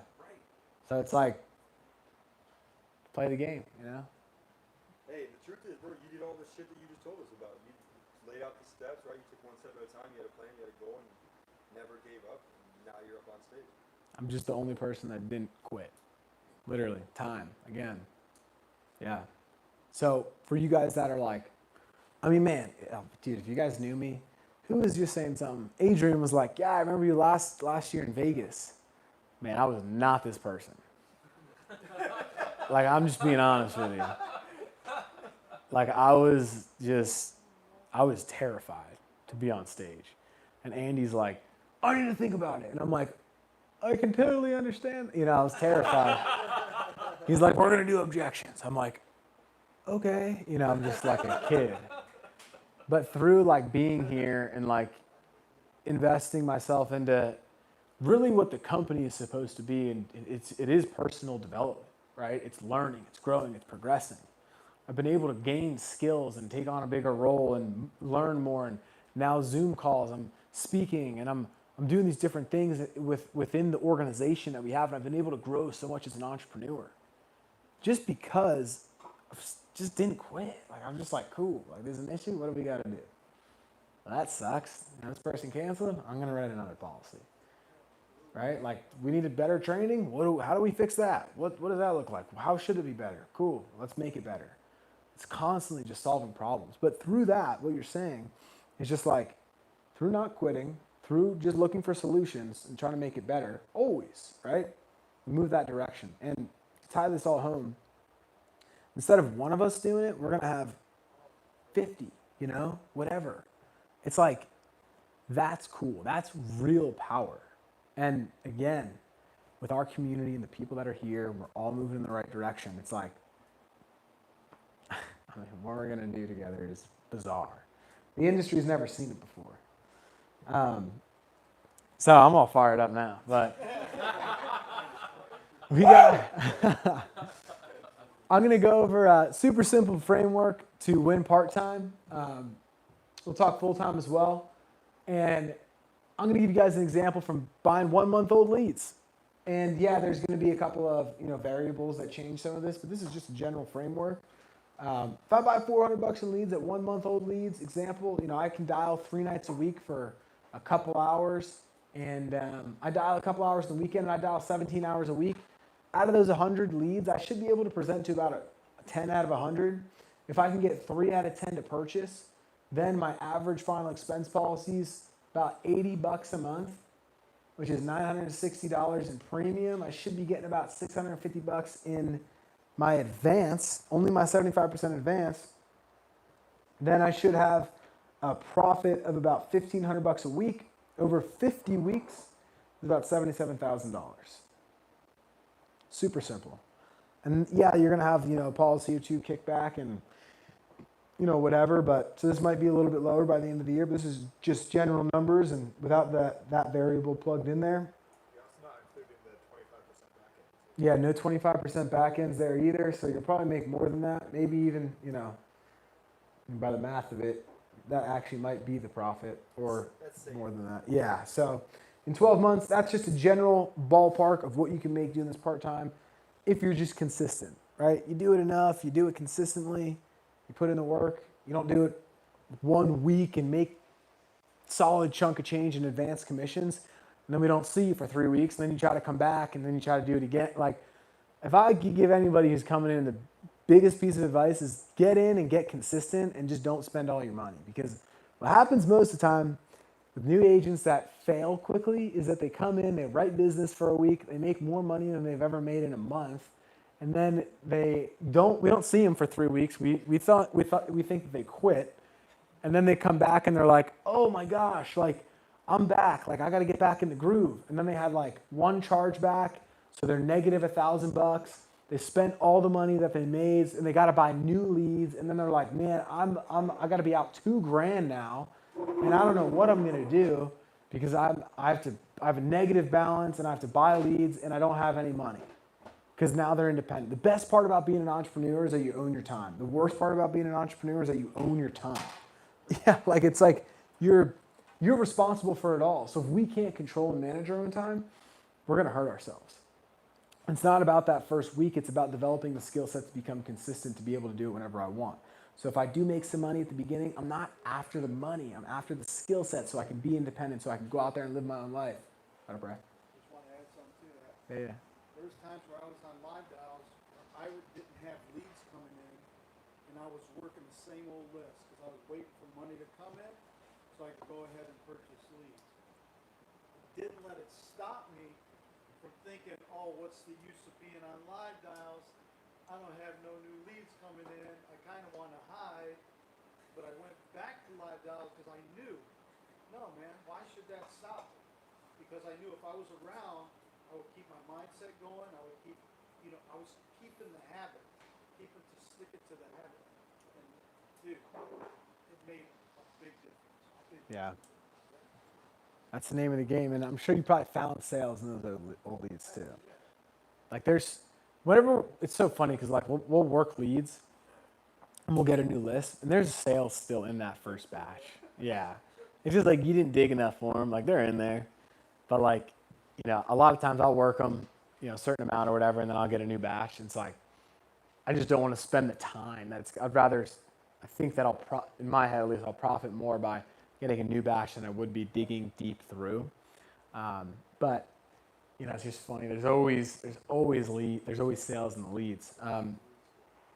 This is a full-time schedule that I put together, and I mean it's the same exact thing, except if you do it with $1,200 a week in leads at 300 1-month-old leads a week, dialing 8 hours a day, 40 hours a week. Should be able to present to same ratio, 30 out of 300, and 10 out of 30 presentations. This time, same percentage.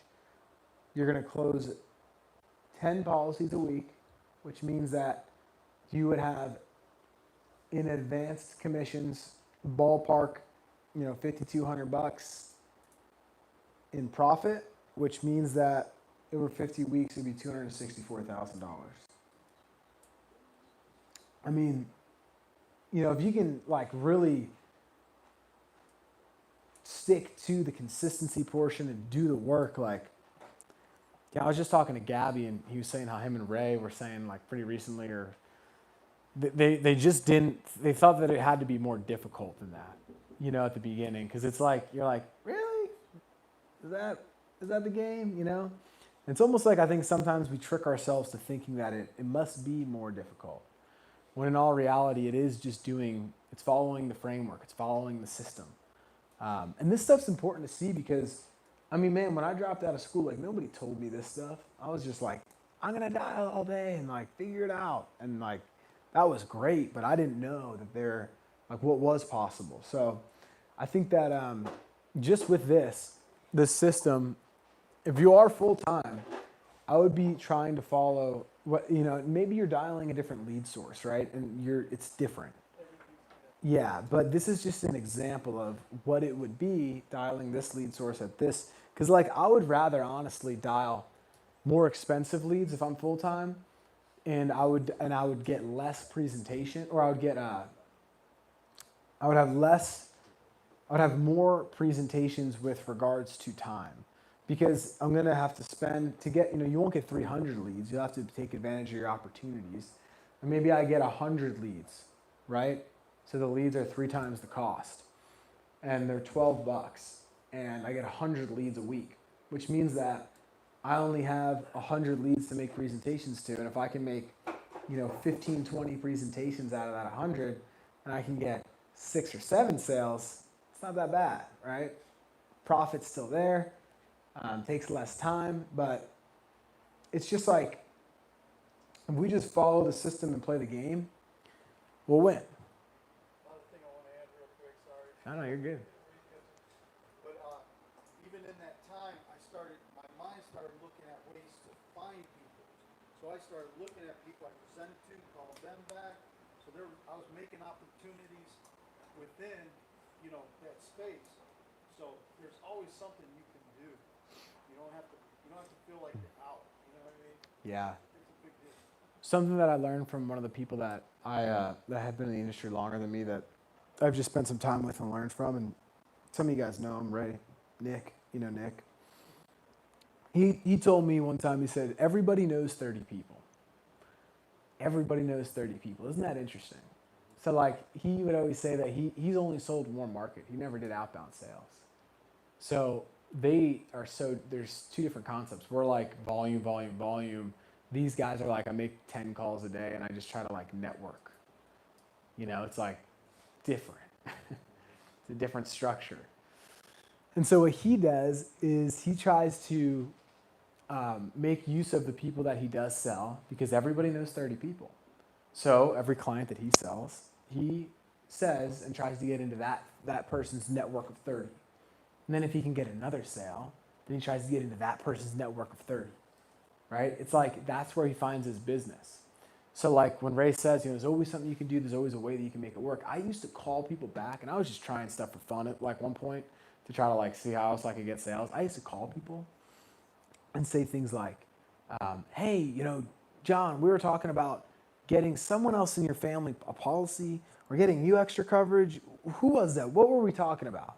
Never ever came up in conversation, actually, like on the phone with them. I'd be like, I have a note here, it says to give you a call back about this time of year. You were mentioning getting someone else a policy or adding on some coverage. Which one was it? And they'll just be like, I think it was adding on coverage. I'm like, oh, okay, cool, we'll take care of that. Literally. Yeah. Or if you call people back and just ask them, do you want to increase your coverage by $5,000? That works too sometimes. They're just like, well, how much is it? You're like, 30 more bucks? They're like, all right. It's like, you can do things to find business, right? Just be confident. It's confident in assumptive closing. Yeah. That's all it is. And a lot of times they're like, yeah, I mean, I don't know. There's not much else to put on it. Yeah. It's that. And like if I bought something, yeah, I don't know. Yeah. I guess the point is just that there's ways to find business. You don't have to only call your new leads to find sales, right? There was a long time ago, feels like a long time ago. It was probably about 12 months ago, that I was literally, like I'm saying, I was just doing anything I could to find sales. I don't know if any of you guys were really here with us yet, but there's a bunch of us that we saw this video on YouTube of this guy that put all these leads into a campaign that says, hey, this is Tyler from the Benefit Center. You missed my call me back. So I'm just giving you guys an example of like, you can do anything. We used to put 100 leads a day into this text campaign, which we have in the Real CRM, and we would blast it to 100 people every day, and we would get we get inbound phone calls all day long. All these people, hey, what's going on? You said to call you back? Hey, Todd, yeah, this is Tyler. We have an open file with your name on it. Looks like you were looking into those life insurance programs. Did you ever get that taken care of? No. Okay, there's over 30 different companies. People just start calling you. And we're like, this is crazy, right? I told Mondo this one yesterday where I like to act pissed off when I call them the third time. They're like, hello? I'm like, dude, what's up? Like, I've been trying to get a hold of you. Yeah. Who is this? I'm like, it's Cody. This is Tyler, right? Yeah. I'm like, dude, let's go then. Like, what are we doing? Yeah, and it's crazy, but just being able to communicate with people differently, right? So I'm giving you guys an example, just extending off of what Ray said, right? And I love it. Like, that's the game. So if I was full-time just getting started, this is something that I wish that I would have been told. So I added this in here. Full-time, man, I'm going to dial 2 sessions every day for 10 total a week. If I can get 4 to 5 presentations a day, it's 20 to 25 a week, which means that I will get, probably about 5 sales a week minimum. If I'm not that solid at closing, if I'm better at closing, probably getting about 10. I want to be on all the training calls for the first 3 weeks, especially the first 3 weeks. I still get on them. Like, I've been doing this way long. I just like to learn. I like to stay plugged into the team. It's like fun to be a part of this and do it with everybody. I don't want to be on an island. I'd rather be on the training calls than not. I feel weird when I'm not on them. You know what I mean? I'm like, dang, I'm missing out. Everyone's hanging out. But I think that everyone should be on all the training calls. If like you're making dials, you got appointments, like totally cool. But I would recommend being on all the training calls. Live dials with the team, 100%. We have a killer time on there, and you're going to learn a ton just from listening, learning, unmuting, asking for constructive criticism. Listening to the recorded sales calls, very helpful. If you haven't ever heard a call and you just want to hear a call, like just bathe in good sales calls. Get on live dials, listen to people. Listen to the recorded sales calls. Just understand what the conversations sound like, right? And then just be coachable. Like if I was new and I was coming in, I tried to act like I knew everything when I got started. I didn't know everything. I don't know why I did that. I set myself up for failure. Like I literally set myself up to fail. So, Hey, can I add on that? yeah. So the live dials. So I've got on a lot of the live dials. I have another job, so it's not as easy, but I'm on a lot now. And I just had the camera off, but I'm listening. And I was at one of my clients, which is a very busy place, and I had my laptop sitting on the desk, and the screen was on. And all these people are walking by, and they're watching it, and they start cracking up because of how everybody's acting. They can't hear it, and they're like, what the fuck are you watching? And I'm like, Best show on earth. so I told him, I said, man, these guys are all talking to customers. The guy's petting his cat. I was like, I dancing. Yeah. This is what it is. But I'm just sharing because, I mean, it's if you've not been on them, I mean, I've talked to a handful of you guys on them with questions, and you've all been very helpful. Thank you. But, I mean, it's awesome. I just turn it on, and it's on all the time, while I'm working. I just dial in, I click on so I can see occasionally, but people get a kick out of it. It makes it way more fun. It makes the business so much more fun. And we talk about the community so much. It's like you're a part of it. You're there with everybody. Are the live dials every day, 7 days a week, 5 days a week? It's an open Zoom link. If people are dialing, people are on it. People are on it all day long, every day. Even Sundays. Like I know Ray likes dial sometimes on Sundays. Nick. Oz is usually the first one on about 7:40 Ohio. Yeah. 4:30 every day. That's so funny. But yeah, I would recommend live dials. And like live dials it's not even just to learn how to sell. Like you literally will just become we're all just friends, And it's because we get on Zoom all day and we just get beat up and we talk and we learn and we grow, and that's what it's about. Something that was really cool when we had Ray on the national call the other week. He's like, man, this is all fun and stuff, and we're all gonna do really cool things and build a really cool business here. But he's like, man, I just want to learn who you guys are and get to know you guys and the journey and Really, like that's what's really cool to me. And I thought that was so cool, and I'll like never forget that because I'm like, man, that is what all this is. Like that is the game. Like we're all doing this together. It's fun. Like we all have a different story, background, knowledge, experience, and we're all just coming together to do it together. So I think that if we can stay a part of the team, be a part of the culture, we're all on the same mission. Like, why wouldn't we just be doing it together, right? Cool. This is we're kind of getting to the end here. Really quickly, I want to talk to you guys about leadership because when we say, we have a team of leaders, right? We have a leadership team. It's not like people that just have some title. Like, we don't want people that are just going to be like, hey, here's your title, put your feet up and never do the work again. Like, we want people to develop a skill set inside of being a leader to take on a bigger role, to grow as an entrepreneur, to make more money for sure. But if you're not exemplifying what we want a leader to be, like, we won't give agents, like you won't get agents anymore because you have to be able to fit that standard, right? And when we say standard, like do the work, be the example, invest in your team, set the standard and be the example. Don't try to force people to follow you. Be so good that they want to follow you. There's a difference, and Andy talks about it a lot. It's like instead of having someone that's, manager, at a sales organization and I just have to report to him or I get fired. I got to submit my numbers to him or I get fired. It's like, man, no, I'm going to be a beast and like, I'm going to have people that like ask me questions because I'm able to sell.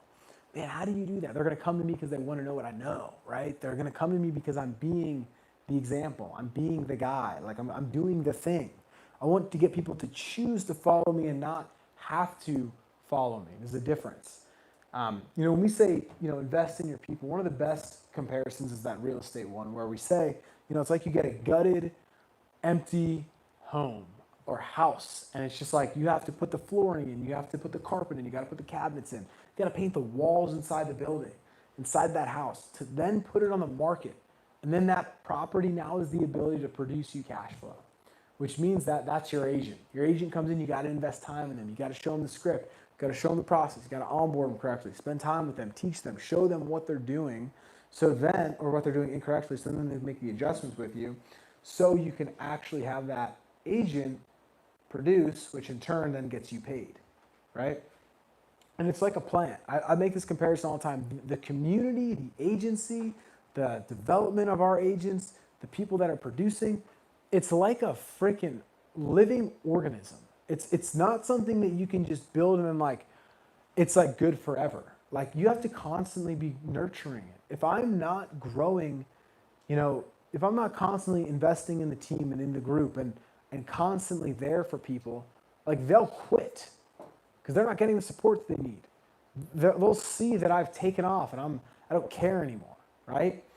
So I want to constantly be giving it the right sunlight, soil, the water. I have to be investing in it. It's a living, breathing thing. And something that's really cool that Grady Polson told me one time, he said, your team will do as you do. And I was like, what if I give them all the information to be good? And he's like, if you spend all your time recruiting, all they'll do is recruit. He's like, if you spend all your time selling, they'll spend all their time selling. So if you bring people on and they look up to you, they will just follow your footsteps. So it's very important to live that, like through that lens of asking ourselves, what are we doing? How are we helping? Are we doing the right things? Are we being the right example, right? Because if I'm not, then my team is not going to do the things that I really want them to do, right? If I sit back and I just talk and tell them what to do, they'll probably sit back and not do any work. A leader is someone we like to say enthusiastically builds people up. We give positive, constructive criticism and we enthusiastically build people up, right? I'm not someone who's like, man, you suck, you can't, like, you need to hit the phones more, you need to do this, you need to do that. I'm like, bro, you made 200 calls today? That's freaking badass, man. I'm glad. I'm happy for you. You took a lot of action today. I'm enthusiastically building people up. I got to know how to communicate with people. If I'm a leader, I got to be able to invest in my people the right way. It isn't just give people this framework of how to win and they'll go out there and do it. No, man, it's tough to like learn a new skill set in sales. And for me as a leader, if I can't help people understand that they're doing the right thing and how to grow and learn and develop, if I can't communicate that properly, that's on me. If I'm bad at communicating and I tell my agents and my group that they need to just work harder and that I can't be tactically helpful for them and I can't enthusiastically give them the tools when they're in a tough time, what ends up happening is they'll resent you and they don't want to learn from you anymore. If I can't communicate with my team will not respect me. So I need to be able to enthusiastically tell them what they need to do. I need to be positively giving them constructive criticism. I have to, and that's a skill, right? I'm not saying that you're going to flip a switch and like know how to do that, but the more that you, like, it's what we were talking about earlier with, you're going to learn how to sell and then you're going to have to learn how to teach people how to sell, right? I need to learn how to teach people how to sell. I can't just tell them to buy leads and dial the phone. I have to help people work out their issues, work out their kinks. And as a leader at Real Financial, the expectation is that you treat people the right way, is that you communicate the right way, that you talk to people correctly. You enthusiastically help people. You're not negative. We have a problem-solving attitude. We have this way of thinking about all the tough things to find the holes and fill them rather than talking about issues, right? So that's our leadership. We want those kinds of people inside of our business that are helping lead the way. Again, we all have that opportunity. So I'm going to go over a couple things that we have going on right now, and then I'm going to talk about building a big agency. I saved it for the last slides. Right now, if you guys have been here for more than 25 days and you're starting to build an agency or you have agents coming in, this is really important. We have a new agent 25-day challenge, right? So that means that if you can recruit or if you can recruit 5 people, start to build your agency, or sell 5 policies in your first 25 days, you guys are going to get some swag from us. You guys will, submit that info. If you're an agency builder with us, take full advantage of the system that's built, right? I'm trying to get everybody to know and trying to get everybody to see this on my agency to get them off the ground faster, man. All we're trying to do is incentivize people to take action. And we'll send you some stuff. We'll send you a little gift box with some different things in it from us at Real Financial. And the point is that the more action we take, the more we're going to learn. If we don't take any action, we're not going to get anywhere. So we have to be willing to take action. Whether it's recruiting and talking about the business or selling policies, it doesn't matter. We just want people to do stuff. What we have found is that people put off doing the work for a while. And I was one of them. I beat around the bush for a while. So we're trying to find ways to get people to do the work. So if I'm an agency builder, I'm telling my whole team about this. I'm showing everybody I know about this. Because if we can get more people to get in the game, again, that first step is the hardest. If you can just start moving in the right direction, you'll find success much more quickly, right? Really cool event that we have going on in January. Our top 30 producers will get invited to, and this is from September through December, we'll get invited out to Vegas. You get to go to the one-day event and the award ceremony. The top 10 will go to the award ceremony and a private dinner. They're really cool.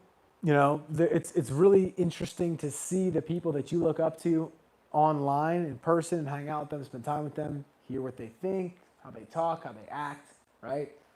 Recommend everybody trying to get a part of this.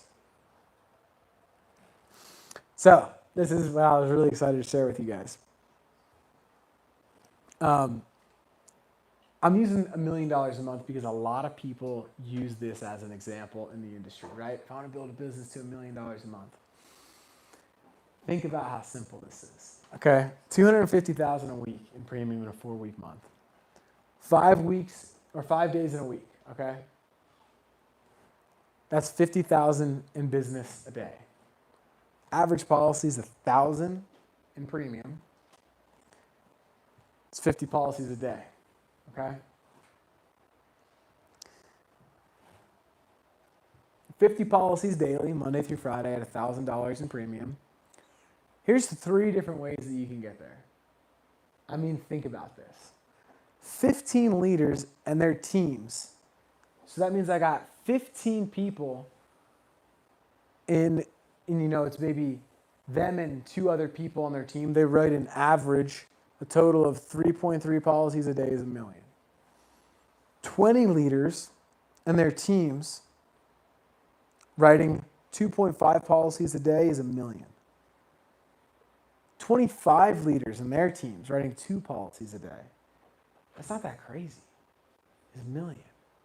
If I can find 25 people over the course of 12 months and teach them how to teach 2 other people how to sell, or 1 other person how to sell, or just teach them how to sell 2 policies a day, that's 1 million a month. Like, we're not that far away. You're gonna ask something? Can you go back to the previous page? Yeah. Like, the reason I put this in here is because we're not that far away from getting what we want. And I think a lot of times we overcomplicate it. We think it's this crazy huge number, this big thing, and in all reality, it's not that far away. Like, we could all probably think of 25 people that would be interested in this opportunity.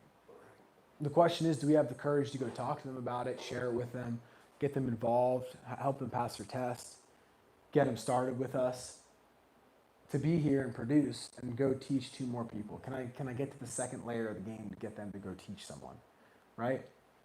It's not that crazy though. It's really close to where we're at right now. Maybe 12 months? Like, if you do it right? What's the quickest a team has gotten $2 million a month? I think it's like 6 months or something. 5 months maybe. I love it. Chris is about to beat him. But it's At least give me a T-shirt. At least be some free swag for that. yeah. We'll give you a trip. Yeah. Yeah. We'll work out some kind of deal. We heard it, but we'll hold them to that. I appreciate that. Thank you. And it's like, I mean, when you really think about it, it's just not that crazy, you know. And I think it's really not. Yeah, it's. It really seems easy. I don't know. It sounds fucked up, I know, but that seems easy. I know. And if you really like, this is what something that I've come to do a lot is I've really like bend like these ideas and goals in my head, and I spend time thinking about how to solve them, and I think ahead, right? And I think that something that I've learned from spending time around Brad and Andy now is that, like Brad says, the decisions we make determine the road that we take. What are you doing today that's going to help you get set up for the future? Well, if I know that I want to get to 1 million, how can I solve that? Here are 3 ways that you can solve for 1 million a month. And I really don't see it being that crazy. Like, I mean, it's just not, right? And if I knew what I knew about the industry today, which is that this is possible, I think I would have been able to do it way quicker.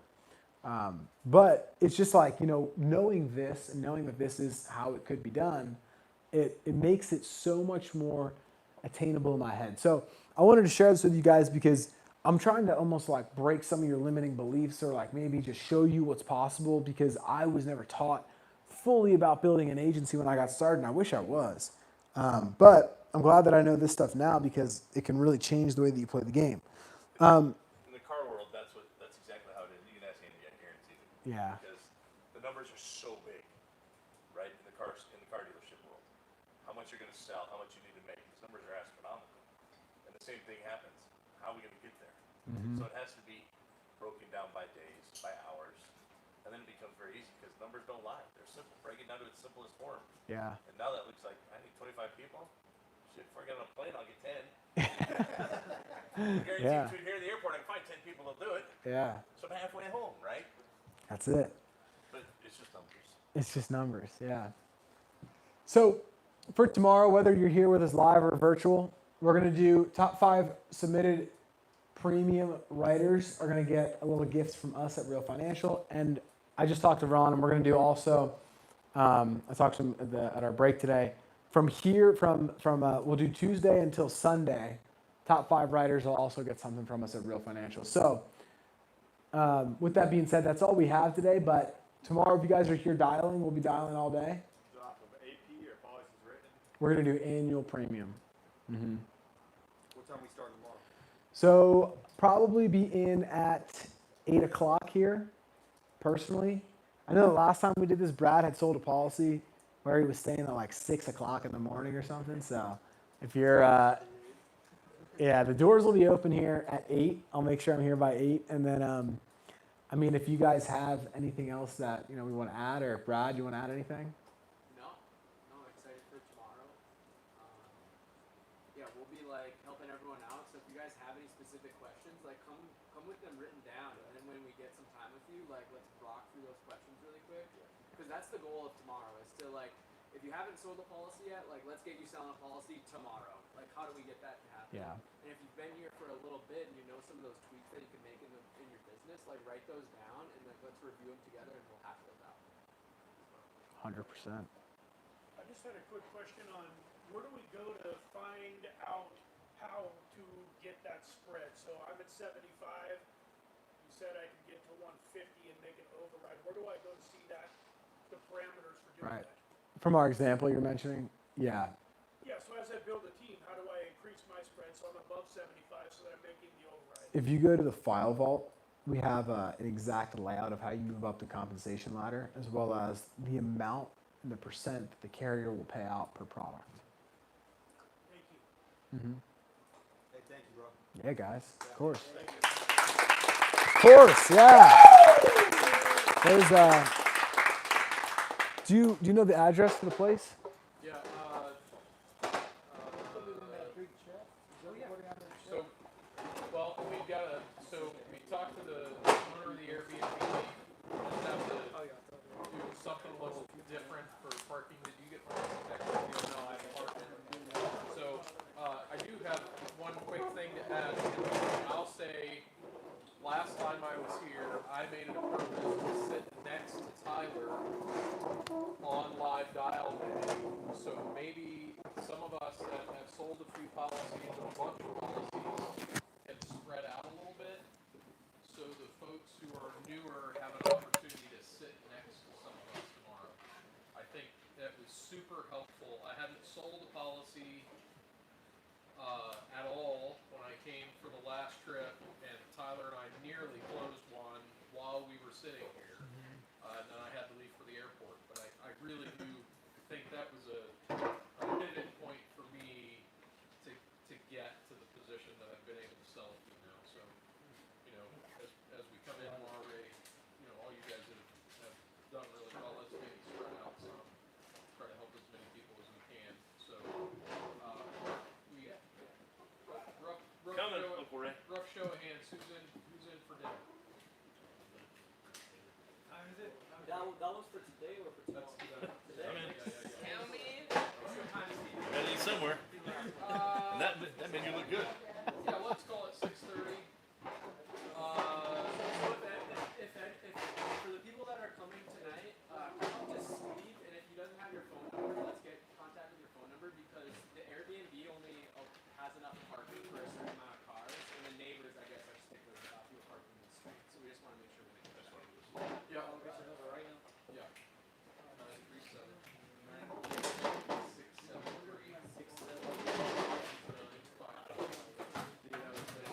Hey, I'll see you tomorrow.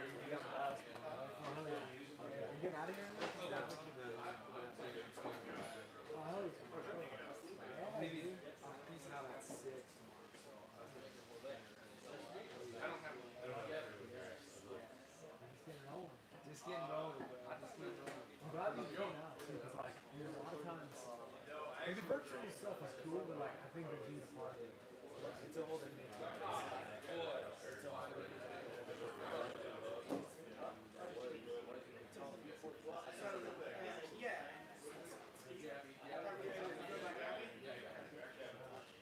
agree. Yeah, I'll see you tonight. Yeah, I'll see you tonight too. Yeah. We're not gonna make it tonight, we're driving back to LA.